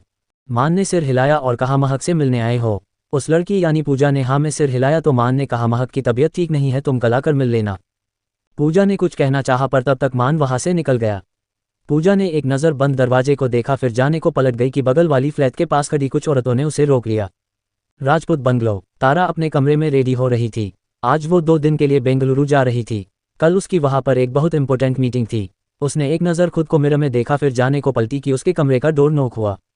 उसने कमिंग कहा तो रॉय अंदर चला आया। उसने तारा को देखते हुए कहा, मान के बारे में एक बात पता चली है। तारा ने उसे बोलने का इशारा किया तो रॉय ने कहा, मान कल रात से महक के घर में है, और वो कहते हुए उसने मान और महक के बारे में सारी बातें तारा को बता दिया। तारा सारी बातें सुनकर बोली, हम अब महक पर भी नज़र रखिए, मुझे उसकी भी पल पल की खबर चाहिए। रॉय ने सिर हिलाया, फिर कुछ पल रुक कर बोला, लिटिल डेविल, क्या मैं आप भी साथ आओगे? मुझे पता है आप यहाँ दिव्या बुआ के लिए रुकना चाहते हो, है ना? तारा ने उसे घूरते हुए कहा तो रॉय ने नाराज होते हुए कहा, जब पता ही है तो मुझे यहीं रहने दीजिए ना, आप और अहान भी तो वहाँ सब कुछ संभाल सकते हो। तारा ने कहा, अनान को वहाँ अपना एक सॉन्ग भी रिकॉर्ड करने जाना है, पर आप टेंशन मत लो, मैं बुआ को कहीं नहीं जाने दूंगी, वो यहीं रहेगी। रॉय मुंह बनाते हुए बोला, वो आज के लिए रुक गई, यही बहुत है। आपको शायद पता नहीं पर वो सबसे अलग रहती है। तारा अपना पस उठाते हुए बोली, तो क्यों अलग रहती है? क्या वजह है उनके अलग रहने का? आप उनके होने वाले हस्बैंड हो तो आपको इसकी खबर होनी चाहिए। रॉय उसकी बात पर सोचते हुए बोला, सही कहा आपने, वो अपने परिवार के साथ क्यों नहीं रहती? आई नो वो डिवोर्सी है बट। तभी उसे पीछे से कुछ आवाज़ सुनाई दी। रॉय ने पलट कर देखा तो उसकी आंखें बड़ी हो गई। उसके ठीक पीछे दरवाजे पर दिव्या खड़ी थी। रॉय कुछ कहने को हुआ कि दिव्या ने कहा, तारा नीचे सब आपका वेट कर रहे हैं। तारा ने कहा, हाँ मैं आती हूँ बुआ। दिव्या ने सिर हिलाया और एक नज़र रॉय को देखकर वापस चली गई। उसके जाने के बाद रॉय अपना सिर पीटते हुए बोला, ये मैंने क्या कर दिया? ये मेरी आधी अधूरी बात सुनकर क्या सोचती होगी? तारा उसका हाथ पकड़ते हुए बोली, कुछ नहीं सोचती होगी, आप चलो। वो उसे लेकर नीचे आई जहां अहान पहले से रेडी खड़ा था। सर्वेंट उनका सामान कार में रख रहे थे। पूरा परिवार हॉल में इकट्ठा था। तारा सबसे मिली, फिर दिव्या के पास जाकर बोली, आप अभी मत जाना, जब मैं वापस आ जाऊंगी उसके बाद जाना। दिव्या ने कुछ कहना चाहा कि तारा ने कहा, मैं आपसे अभी तक ठीक से मिली भी नहीं हूँ, कितनी सारी बातें हैं जो हमें करनी है, इसलिए कह रही हूँ, आप अभी मत जाना। आप नहीं जाओगी ना? कहते हुए उसने अपनी पलकें झपकाए। उसे देख रॉय मन ही मन खुश होते हुए बोला, लिटिल डेविल के आंखों की जादू से बॉस भी नहीं बच पाते हैं तो आप मिस दिव्या कैसे बच पाएगी? दिव्या ने तारा को देखा जो अपनी चमकती आंखों से उसे ही देख रही थी। उसे देख दिव्या सिर हिलाते हुए बोली, ठीक है, मैं कहीं नहीं जाऊंगी, आप आ जाएगी उसके कुछ दिनों बाद जाऊंगी। तारा झट से उसके गले लगते हुए बोली, बुआ आप बहुत अच्छी हो, मेरी बात मानने के लिए थैंक यू। दिव्या ने उसके गाल पर हाथ रखा। फिर तारा सबको बोलकर अपनी कार में बैठकर राजपूत बंगलो से एयरपोर्ट के लिए निकल गई। रॉय कार ड्राइव कर रहा था और अहान उसके बगल में बैठा था। बैक सीट पर तारा बैठी थी। तारा अपने लैपटॉप में कल की मीटिंग की तैयारी कर रही थी। तीनों अपनी प्राइवेट जेट में बैठे जिसमें भी तारा लैपटॉप में लगी हुई थी। यह एजेंट मीटिंग अचानक कल सुबह रखी गई थी जिसके वजह से उन्हें यूं अचानक जाना पड़ रहा था और तारा का काम बढ़ गया था। फ्लाइट लैंड की तो अहान तारा को जगाने गया पर तारा काम के वजह से इतनी थक चुकी थी कि वो काम खत्म होते ही लैपटॉप अपनी गोद में रखे गहरी नींद में सो गई थी। अहान को उसे जगाना सही नहीं लगा। उसने उसके गोद से लैपटॉप उठाकर साइड में रखा, फिर उसे अपनी बाहों में उठा लिया। तारा को जैसे ही एहसास हुआ कि उसे किसी ने अपनी बाहों में उठाया है तो उसने थोड़ी सी आंखें खोलकर अहान को देखा। अहान को देखकर तारा ने खुद को लूज छोड़ दिया और फिर से आंखें बंद कर उसकी बाहों में ही सो गई। अवदान का एक विला यहाँ बेंगलुरु में भी था, जिसके बाहर ड्राइवर ने कार रोकी तो रॉय कार से उतरकर बाहर आया। उसने बैक सीट का डोर ओपन किया तो अहान तारा को गोद में उठाए कार से बाहर आया और तीनों अंदर जाने लगे। रॉय हॉल में आकर उबासी लेते हुए बोला, अहान तुम लिटिल डेविल को उनके कमरे में छोड़ देना, मैं तो चला सोने, मुझे बहुत नींद आ रही है। अहान ने सिर हिलाया और तारा को लेकर उसके कमरे में आ गया। उसने तारा को बेड पर लेटाया, फिर उसके सैंडल को उतारकर उसके ऊपर ब्लैंकेट डालने लगा। अचानक उसकी आंखें तारा के चेहरे पर गई और वही अटक गई। उसे देखते हुए उसे तारा की कहीं बात याद आए, अनान मुझे बेबी चाहिए और वो भी बेबी बॉय चाहिए। ये याद आते ही अहान के होठों पर छोटी सी मुस्कान आ गई। वो तारा के चेहरे पर गिरे बालों को साइड करते हुए बोला, आप ऐसी क्यों है स्टार? मैं जितना आपसे दूर होने की कोशिश करता हूँ उतना ही आपके करीब आते जा रहा हूँ। अपने दिल में जग रहे एहसासों को मैं समझने लगा हूँ, पर ये सही नहीं है, हम कभी एक नहीं हो सकते, कभी भी नहीं। कहते हुए उसने कुछ पल तारा को देखा, फिर लाइट ऑफ कर कमरे से बाहर निकल गया। महक का घर। रात के 2 बजे महक की नींद खुली तो वो उठकर बैठ गई। उसने खुद को देखा, वो अब भी मान के शर्ट में थी। उसे बहुत जोरों की भूख लग रही थी। उसने अपने पेट पर हाथ रखा, फिर बेड से उतरते को हुई कि साइड टेबल पर रखे खाने के पैकेट पर उसकी नज़र पड़ी। खाना देख महक कंफ्यूज हो गई थी, पर उसे भूख इतनी लगी थी कि उसने ज़्यादा न सोचते हुए पैकेट उठाया और खाने लगी। खाते खाते हुए उसे पानी प्यास लगी तो उसने पैकेट साइड टेबल पर रखा और बेड से उठकर हॉल में आ गई। वो किचन में जाने लगी कि उसकी नज़र सोफे पर सो रहे मान पर ठहर गई। मान एक हाथ अपने सिर के नीचे रख और दूसरे हाथ आंखों पर रख कर सो रहा था। उसे देखकर महक ने शर्ट को अपनी मुट्ठी में भींच लिया। उसके सामने फिर से वही सब घूमने लगा था।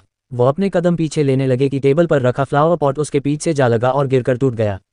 उसकी आवाज़ सुनकर मान ने अपनी आंखें खोली और महक को देखा। महक को देखते ही उसकी सांसें अटक गई थी। महक उसके शर्ट में बहुत हॉट लग रही थी और उस पर उसका डरा सहमा झुका हुआ सिर मान की धड़कनें तेज कर रही थी। मान सोफे से उठने को हुआ, पर फिर उसे डॉक्टर की कहीं बात याद आई। उसने महक को देखा, फिर करवट बदलते हुए बोला, खाना तुम्हारे रूम में ही रखा है, खा लेना। महक ने सिर उठाकर उसे देखा। मान की पीठ अब उसकी तरफ थी। महक ने कुछ नहीं कहा और जल्दी से किचन में चली गई। उसने पानी की बोतल ली और वापस अपने कमरे में जाने लगी कि एक बार फिर से मान को देखा। मान को देखकर वो अपने कमरे में आए और कार्ड से एक ब्लैंकेट निकालकर हॉल में चली गई। मान आंखें बंद किए लेटा था। महक ने उसके पास ब्लैंकेट रखा, फिर धीरे से बोली, ब्लैंकेट ले लीजिए। उसकी आवाज़ सुन मान ने आंखें खोलकर उसे देखा, पर उससे पहले महक तेजी से अपने कमरे में भाग गई थी। उसकी स्पीड देखकर मान के होठों पर मुस्कान आ गई थी। उसने ब्लैंकेट को देखा, फिर उसे अपने ऊपर डालकर सो गया। दूसरी तरफ एक बड़े विला में एक लड़की ड्रिंक पर ड्रिंक किए जा रही थी। वो पूरी तरह नशे में चूर हो चुकी थी। उस लड़की ने ब्लैक कलर की शॉर्ट नाइटी पहन रखा था, जिसमें उसकी परफेक्ट बॉडी शेप बहुत अट्रैक्टिव दिख रही थी। उसने सिर उठाकर अपने सामने दीवार पर लगे एक बड़े तस्वीर को देखा। वो तस्वीर अहान की थी। उसमें अहान आंखें बंद किए रिकॉर्ड रूम में खड़ा अपना गाना रिकॉर्ड कर रहा था। वो उसके पास गई और अहान के तस्वीर को छूते हुए बोली, अहान, कितनी मुश्किल से मुझे तुम्हारा असली नाम मालूम हुआ और कितनी मुश्किल से तुम्हारी ये तस्वीर मेरे हाथ लगी, पर तुम कब मेरे पास आओगे? माया सिंह की पूरी दुनिया दीवानी है, सब मुझसे मिलना चाहते हैं, मुझसे शादी करना चाहते हैं, पर मुझे सिर्फ तुम चाहिए। पर तुम तो हवा के झोंके की तरह आते हो और अपना गाना रिकॉर्ड कर पता नहीं कहाँ गायब हो जाते हो। आखिर कब तुम मुझे मिलोगे, कब? ये लड़की कोई और नहीं, एक जानी मानी अभिनेत्री माया सिंह थी। माया सिंह, जिसकी दीवानी पूरी दुनिया बन रही थी। माया बहुत खूबसूरत और एक कामयाब अभिनेत्री थी। वो 28 साल की थी और कई बड़े बड़े लोग उससे शादी करना चाहते थे, पर वो सिर्फ अहान को चाहती थी। उसने अहान के बारे में बहुत पता करवाया था, तब जाकर उसे सिर्फ उसका नाम और ये एक तस्वीर मिली थी। अहान की आवाज़ पूरी दुनिया पसंद करती थी, पर उसने अपना चेहरा और नाम हाइड करके रखा था। सब उसे एड के नाम से जानते थे। तारा की कंपनी का नाम भी एड था। कई बार लोग दोनों के एक होने की खबर फैलाया करते थे, पर अहान कभी इन खबरों को ज़्यादा बढ़ने नहीं देता था। माया अहान के तस्वीर को देख रही थी कि उसके फ़ोन पर किसी का कॉल आया। उसने वाइन की गिलास होठों से लगाते हुए कॉल रिसीव किया तो उधर की बात सुन उसके होठों पर एक जंग जीतने वाली मुस्कान आ गई। उसने अहान की तस्वीर देखते हुए कहा, मुझे अहान चाहिए, इसके लिए मुझे चाहे जो कुछ भी करना पड़े मैं करूँगी। कल की रात मेरी ज़िंदगी की सबसे खूबसूरत रात होनी चाहिए। यू अंडरस्टैंड ना व्हाट आई मीन? उधर से किसी ने कुछ कहा, जिसे सुनकर माया ने कल मिलते हैं कहा और कॉल कट कर वाइन पीते हुए अहान की तस्वीर को देखने लगी। अगली सुबह मान की आंख प्रेशर कुकर की सीटी की आवाज़ सुनकर खुली। वो उठकर सोफे पर बैठ गया। उसने दीवार पर टंगी घड़ी को देखा, जिसमें 8 बज रहे थे। उसने अपनी आंखें मली कि उसकी नज़र किचन में काम कर रही महक पर टिक गई। महक ने नीले रंग की फुल स्लीव वाली अनारकली सूट पहन रखा था। उसने उसके दुपट्टे को एक कंधे पर डाले दूसरी तरफ कमर पर उसे बांध रखा था। वो ब्रेकफास्ट बनाने में लगी थी और उसके लंबे गिले बालों से कुछ लट्ठे उसके गाल झूल रहे थे। उसे देख मान बेख्याली में सोफे से उठा और किचन में चला गया। महक आटा गूंथने में लगी हुई थी, इसलिए उसका ध्यान मान पर नहीं गया था। मान उसके नज़दीक आया और उसके चेहरे पर आए बालों को साइड करने लगा। उसके छूने से महक ने पलकें उठाकर उसे देखा तो कुछ पल वो भी उसे देखती ही रह गई। मान के होठों पर छोटी सी मुस्कान थी। उसके बाल बिखरे हुए थे और वो इस वक्त बहुत क्यूट नजर आ रहा था। महक ने उसकी आंखों में देखा, जिसमें कुछ एहसास उमड़ने लगे थे। उन आंखों में देखते हुए उसे एक बार फिर से वो रात याद आ गई और वो डर कर पीछे हो गई। उसके दूर हटने पर मान भी सेंस में आया और उसने नजरें उठाकर महक को देखा, जो डरी सहमी नम आंखों से उसे देख रही थी। न जाने क्यों पर उसे खुद से डरता देख मान को अपने दिल में कुछ टूटता सा महसूस हो रहा था। उसने आंखें बंद की और एक गहरी सांस लेकर बोला, मिस महक, आपको मुझसे डरने की ज़रूरत नहीं है। आई नो मैंने जो भी किया वो सब माफ़ी के लायक नहीं है, बट मैं सच कहता हूँ मैं अपने होश में नहीं था। अगर होता तो कभी आपके साथ ज़बरदस्ती नहीं करता। महक ने उसकी बातों का कोई जवाब नहीं दिया। वो सिर झुकाए खड़ी थी। उसे अब भी मान से बहुत डर लग रहा था। उसे चुप देखकर मान ने उसे समझाने के लिए एक कदम उसके तरफ बढ़ाया कि महक ने उसे हाथ दिखाकर रोक दिया। वो डरी डरी सी बोली, सर आपको जाना चाहिए, प्लीज़ जाइए यहाँ से। मान ने कहा, मैं चला जाऊँगा, पर उससे पहले कहते हुए वो रुक गया। उसने मन में कहा, मैं एक लड़की से माफ़ी मांग रहा हूँ, मैं मान कपाड़िया, पर गलती भी तो मैंने ही की थी। हाँ तो क्या, मैंने एक बार माफ़ी मांगा ना, अब क्या बार बार मांगूं, पर क्या कहूँ कहते हुए वो सोचने लगा कि अब वो आगे महक से क्या बोले।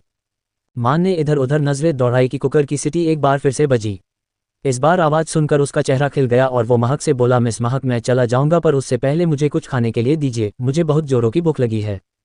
महक उसकी बात सुनकर उसे अजीब नज़रों से देखने लगी थी। वो मन ही मन बोली, ये मान सर भी कैसे इंसान है, भला इस सिचुएशन में कोई खाने की बात करता है क्या। मान ने स्लेव पर रखी चीज़ों को देखते हुए कहा, थोड़ा जल्दी बनाने की कोशिश कीजिएगा, मुझे ऑफिस भी जाना है, एक इंपॉर्टेंट मीटिंग है। महक को न चाहते हुए भी हमें सिर हिलाना पड़ा। उसकी यहाँ देख मान अपने कदम बाहर लेते हुए बोला, ओके तो मैं फ्रेश होकर अभी आया। अपनी बात बोल मान बिना उसकी बात सुने किचन से बाहर निकल गया। महक तो उसे मुंह खोले जाते हुए देखती रह गई थी। मान महक के कमरे में आया जहां वंश का दिया उसका बैग रखा था। वो बैग से अपने कपड़े और अपना ब्रश निकालते हुए मुस्कुराए जा रहा था। उसके होठों पर की मुस्कान जाने का नाम नहीं ले रही थी। कुछ सोचते हुए वो सीटी बजाने लगा और वॉशरूम में चला गया। वही उसकी सीटी की आवाज़ सुनकर महक और ज़्यादा हैरान रह गई थी। फिर उसने सिर झटका और खाना बनाने लगी। तभी उसके घर की डोर नॉक हुआ तो वो डोर खोलने चली गई। उसने डोर खोला तो उसके सामने वंश खड़ा था। वंश ने उसे देख मुस्कुराते हुए कहा, गुड मॉर्निंग, अब कैसी है आप। महक ने धीरे से हाँ में सिर हिलाया तो वंश ने कहा, मैं भाई को लेने आया था। महक दरवाजे से हटते हुए बोली, मान सर फ्रेश होने गए हैं, आप प्लीज़ अंदर आइए ना। वंश ने सिर हिलाया और अंदर आ गया। बैंगलोर तारा फ्रेश होकर नीचे हॉल में आई। उसने चारों तरफ नजरें घुमाई तो उसे डाइनिंग टेबल पर बैठा रॉय दिखा। रॉय सब्जियां काटने में लगा हुआ था। उसे देखकर ही मालूम हो रहा था कि वो बेचारा बेमन से सब्जियां काट रहा था। फिर उसने किचन के अंदर देखा जहां अहान ब्रेकफास्ट बना रहा था। अहान को देखकर तारा के होठों पर मुस्कान आ गई और वो जल्दी से उसके पास भागते हुए गई और उसके हाथ से कढ़ाई लेते हुए बोली, हब्बी तुम बैठो, मैं ब्रेकफास्ट बनाती हूँ। हब्बी सुनकर अहान मुंह खोले उसे देखने लगा था। उसे तारा के मुंह से हब्बी सुनना बड़ा अटपटा लगता था। उसने उसके हाथ से कढ़ाई वापस लेते हुए कहा, स्टार मैंने कहा था ना आपको, आप मुझे हब्बी नहीं बुलाएगी। तारा फिर से उसके हाथ से कढ़ाई छीनते हुए बोली, हाँ पर तुमने ही तो कहा था कि तुम मेरे हस्बैंड हो और तुम्हें मेरे मुंह से अनान सुनना पसंद नहीं, इसलिए मैंने तुम्हें हब्बी कहा। अब अगर तुम्हें इसमें भी प्रॉब्लम है तो मैं क्या करूँ। अहान फिर से उसे कुछ कहने को हुआ कि उसकी तारा ने कहा, वो सब छोड़ो, मुझे गुड मॉर्निंग किस दो वैसे ही देना जैसे मैंने सिखाया है। कहते हुए उसने अपनी आंखें बंद की और सिर ऊपर उठा लिया। तारा की बात सुनकर अहान मुंह खोले उसे देखने लगा था। कहा वो तारा से दूर होने की कोशिशों में लगा था और कहा तारा उसे अपने और पास लाने में लगी हुई थी। अहान ने अपना सलाइवा गटकते हुए कहा, स्टार आप नो एक्सक्यूज अनान, I said just kiss me and wish me good morning. Tara ने थोड़ा स्टिकली कहा तो अहान ने अपनी आंखें बंद कर ली। उसने एक गहरी सांस ली, फिर कुछ सोचकर बोला, पहले ब्रेकफास्ट बनाते हैं उसके बाद ये सब। तारा ने कहा, और मुझे कोई प्रॉब्लम नहीं है पर आज का ब्रेकफास्ट मैं बनाऊंगी। अहान ने कहा, आपको आता है कुछ बनाने जो आप बनाओगी। तारा ने बच्चों की तरह मुंह बनाते हुए कहा, नहीं मुझे तो नहीं आता पर तुम्हें तो आता है ना, तुम मेरी मदद करना। उसने एकदम से खुश होकर कहा तो अहान ने धीरे से सिर हिला दिया। अहान ने लाइटर उठाए और गैस ऑन करने को हुआ कि तारा ने उसके हाथ से लाइटर ले लिया और अपने तरफ इशारा करते हुए बोली, मैं हूं ना, तुम बस बताते जाओ मैं करती हूं ना। कहते हुए उसने लाइटर गैस पर रखी और लाइटर मारने लगी, पर मजाल है जो गैस जली हो। तारा के बार बार कोशिश करने पर भी जब गैस नहीं चली तो तारा ने गुस्से से लाइटर को स्लैब पर पटकते हुए कहा, इसे भी आज ही खराब होना था, अब मैं खाना कैसे बनाऊंगी। अहान ने लाइटर उठाया और गैस ऑन करते हुए बोला, लाइटर नहीं, आपका दिमाग खराब हो गया है, आज आपकी बहुत इंपॉर्टेंट मीटिंग है और आप यहाँ टाइम पास कर रही है। तारा ने अपने दांत चमकाते हुए बोली, ओह तो इसे भी गोल घुमाना पड़ता है, कोई बात नहीं, नेक्स्ट टाइम से याद रखूंगी और तुम मीटिंग की टेंशन मत लो, हमारे पास अभी 1.5 घंटे है, हम आराम से मीटिंग में पहुंच जाएंगे। अहान ने इसका कोई जवाब नहीं दिया। उसने कढ़ाई उठाई और उसे गैस पर रखी कि तभी रॉय अंदर आया और कटी हुई सब्जियों को रखते हुए बोला, लो भाई मैंने तो कर दिया अपना काम, अब तुम बनाओ खाना, मैं चला। बुआ को देखने तारा ने कहा तो रॉय ने मुस्कुराते हुए कहा, हाँ सही कहा आपने लिटिल डेविल, आप मुझे यहाँ ले जरूर आई पर मैंने भी राजपूत बंगलों में अपने आदमी को नहीं, सॉरी एक औरत को खड़ा कर रखा है, वो मेरी सॉल्वेंट का ध्यान रखेगी और मुझे उसकी लाइव फुटेज दिखाएगी। अहान ने नमे सिर हिलाते हुए कहा, अगर ये बात किसी को पता चल गई न तो आप दोबारा दिखोगे नहीं किसी को। रॉय ने मुंह बनाकर कहा, ऐसा कुछ नहीं होगा, मैं यहाँ से वापस जाते ही अपनी सोलमेंट को पटा लूंगा, फिर उसके साथ फेरे लेकर शादी कर लूंगा। तभी उसका फ़ोन रिंग हुआ और झट से हवा की तरह वहाँ से 9:11 हो गया। उसके जाने के बाद अहान ने कढ़ाई में तेल डालकर उसमें प्याज डाली और उसे कलछी से घुमाने लगा। तारा ने झट से आगे बढ़कर उसके हाथ से कलछी ली और खुद कढ़ाई में सब्जियों को तलते हुए बोली, मैं हूं ना, मैं करती हूं, तुम चुप से खड़े रहे, बस टाइम टू टाइम मुझे बताते जाना। कहकर वो अहान के सामने खड़ी हो गई। अहान उसके पीछे खड़ा उसे देख रहा था। तारा अपनी टो के सहारे खड़ी होते हुए कढ़ाई में देखने की कोशिश कर रही थी। कुछ देर बाद उसे अपने हाथ के ऊपर अहान के हाथ महसूस हुए। उसके हाथ को फिल करते ही उसके रोंगटे खड़े हो गए थे। अहान एक बार फिर से बहुत अजीब तरह से उसके हाथ पर अपने हाथ फिरा रहा था। उसने उसके कंधे से होते हुए अपने हाथ उसके कलाई और फिर उसकी उंगलियों पर रखे और उसके हाथ को पकड़कर कढ़ाई में कलछी घुमाने लगा। तारा को एक बार फिर से बहुत अजीब सी फीलिंग आने लगी थी। उसने कुछ कहना चाहा कि एकदम से उसकी आंखें बंद हो गई और उसकी सांसें भारी होने लगी। उसने झट से अपने दूसरे हाथ को अपने पेट पर रखे अहान के हाथ के ऊपर रख दिया। अहान दूसरे हाथ से उसके पेट को सहलाने लगा था।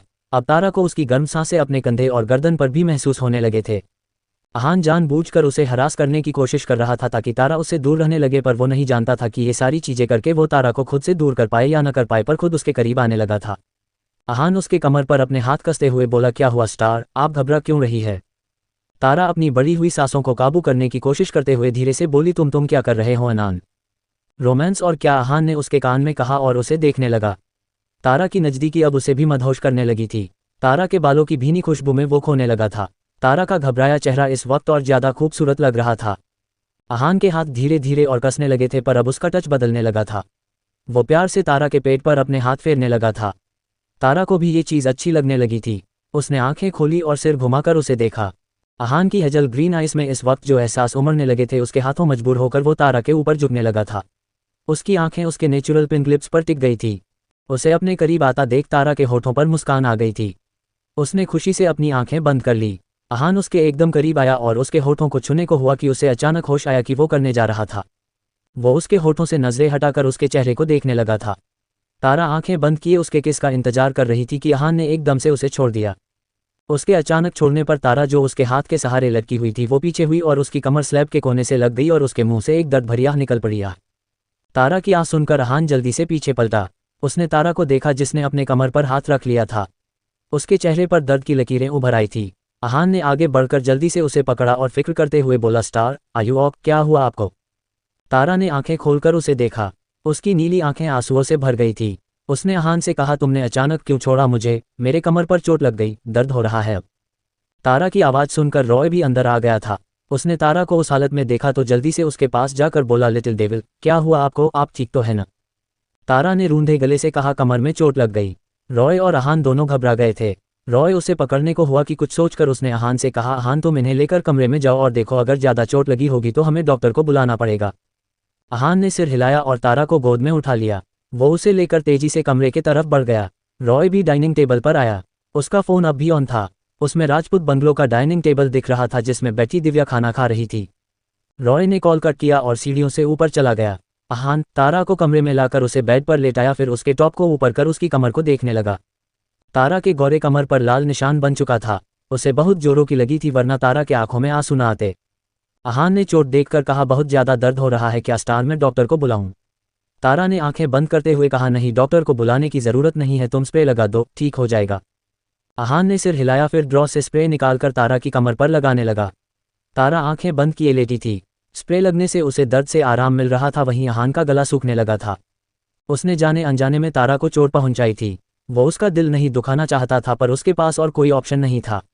तारा की चोट देखकर उसे भी दर्द होने लगा था, पर स्प्रे लगाते वक्त जब उसने फिर से तारा के गौरे कमर को देखा तो उसकी आंखें न चाहते हुए भी उस पर ही टिक गई थी। अब अहान की धड़कनें तेज होने लगी थी।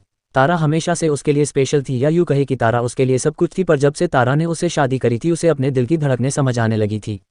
उसके दिल के किसी कोने में अब सोए हुए अरमान जागने लगे थे। अहान ने किसी तरह अपनी फीलिंग कंट्रोल किए और खड़ा होकर कमरे से बाहर निकल गया।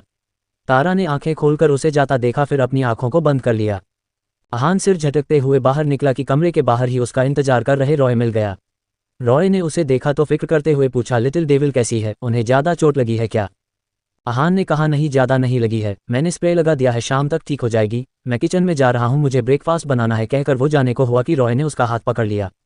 रॉय ने सीरियस टोन में पूछा, उन्हें चोट कैसी लगी? अहान ने उनका सवाल सुनकर सिर झुका लिया। उसके झुके हुए सिर को देखकर रॉय ने कहा, मैंने पूछा उन्हें चोट कैसे लगी? तुम उनके साथ थे ना, और ये तुम अपना सिर क्यों झुका रहे हो? अहान ने धीमी आवाज में कहा, मेरी गलती थी, मेरा ध्यान नहीं था। रॉय ने उसका हाथ छोड़ दिया, फिर उस पर तंज कसते हुए बोला, ध्यान नहीं था? हाँ, इन दिनों तुम अपने इस छोटे से दिमाग को कुछ ज्यादा ही चलाने लगे हो। माना तुम एक बहुत बड़े सिंगर हो, पर 26 साल के हो चुके होने पर तब भी तुम में अक्ल नहीं आई। तुम कभी ऐसी बेवकूफ़ी करोगे सोचा नहीं था मैंने। रॉय ने ये सारी बातें गुस्से से कही थी। उसे अहान पर बहुत गुस्सा आ रहा था। वो किचन में दोबारा आया था जब अहान तारा को हरास करने की कोशिश कर रहा था। रॉय को उसी वक्त अहान पर बहुत गुस्सा आया था, पर वो जानता था अहान बुरा नहीं है, इसलिए उसने इस मामले को उन दोनों पर ही छोड़ दिया और बिना कुछ कहे किचन से बाहर निकल गया था। रॉय ने अपनी बात खत्म कर गुस्से से उसे देखा, फिर वहां से नीचे जाते हुए बोला, मैं ब्रेकफास्ट बना दूंगा, तुम जाओ, जाकर रेडी हो जाओ, आज सॉन्ग रिकॉर्ड करना है ना तुम्हें। आहान उसे जाते हुए देख रहा था। आज पहली बार रॉय ने थोड़ा ही सही पर उस पर गुस्सा किया था।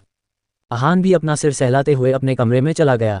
करीब 50 मिनट बाद वो रेडी होकर नीचे आया तो उसने तारा को डाइनिंग टेबल पर बैठे ब्रेकफास्ट करते हुए देखा। तारा ने फ्लर ब्लैक पैंट के साथ व्हाइट टॉप और उसके ऊपर स्काई ब्लू ब्लेजर पहना था। उसके कपड़े देखकर आहान समझ गया कि तारा मीटिंग में जाने के लिए रेडी हुई है। वो उसके पास जाकर बोला, स्टार आप ठीक नहीं है, आज की मीटिंग में पोस्टपोन कर देता हूँ। तारा ने खाते हुए कहा, अब मैं ठीक हूँ, मीटिंग पोस्टपोन करने की जरूरत नहीं है, हम ये डील जाने नहीं दे सकते। आहान कुछ पल के लिए तारा को देखता रह गया। उसकी बातों में उसकी नाराजगी जाहिर हो रही थी। आज पहली बार तारा उसे बिना देखे, बिना मुस्कुराए शांत भाव से बात कर रही थी, वरना तारा हमेशा उसके लिए स्वीट ही रहा करती थी। आहान ने सिर हिलाया, फिर अपनी चेयर पर बैठ गया। थोड़ी देर बाद रॉय भी रेडी होकर उनके पास आ गया। तीनों ने ब्रेकफास्ट खत्म किया, फिर विला से बाहर निकल गए। रॉय कार लेने गया तो तारा ने आहान से कहा, अच्छे से गाना रिकॉर्ड करना। आहान ने उसे देखा तो तारा ने एक एक फीकी स्माइल उसे पास कर दी। आहान ने धीरे से सिर हिलाया, फिर तारा रॉय के साथ बैठकर निकल गई। उनके जाने के बाद आहान भी अपनी कार में बैठकर निकल गया था। वही रिकॉर्ड रूम में माया सिंह उसका इंतजार कर रही थी। आवाज़ों के इस सफ़र में फिर मिलेंगे, तब तक सुनते रहिए अब स्टोरी।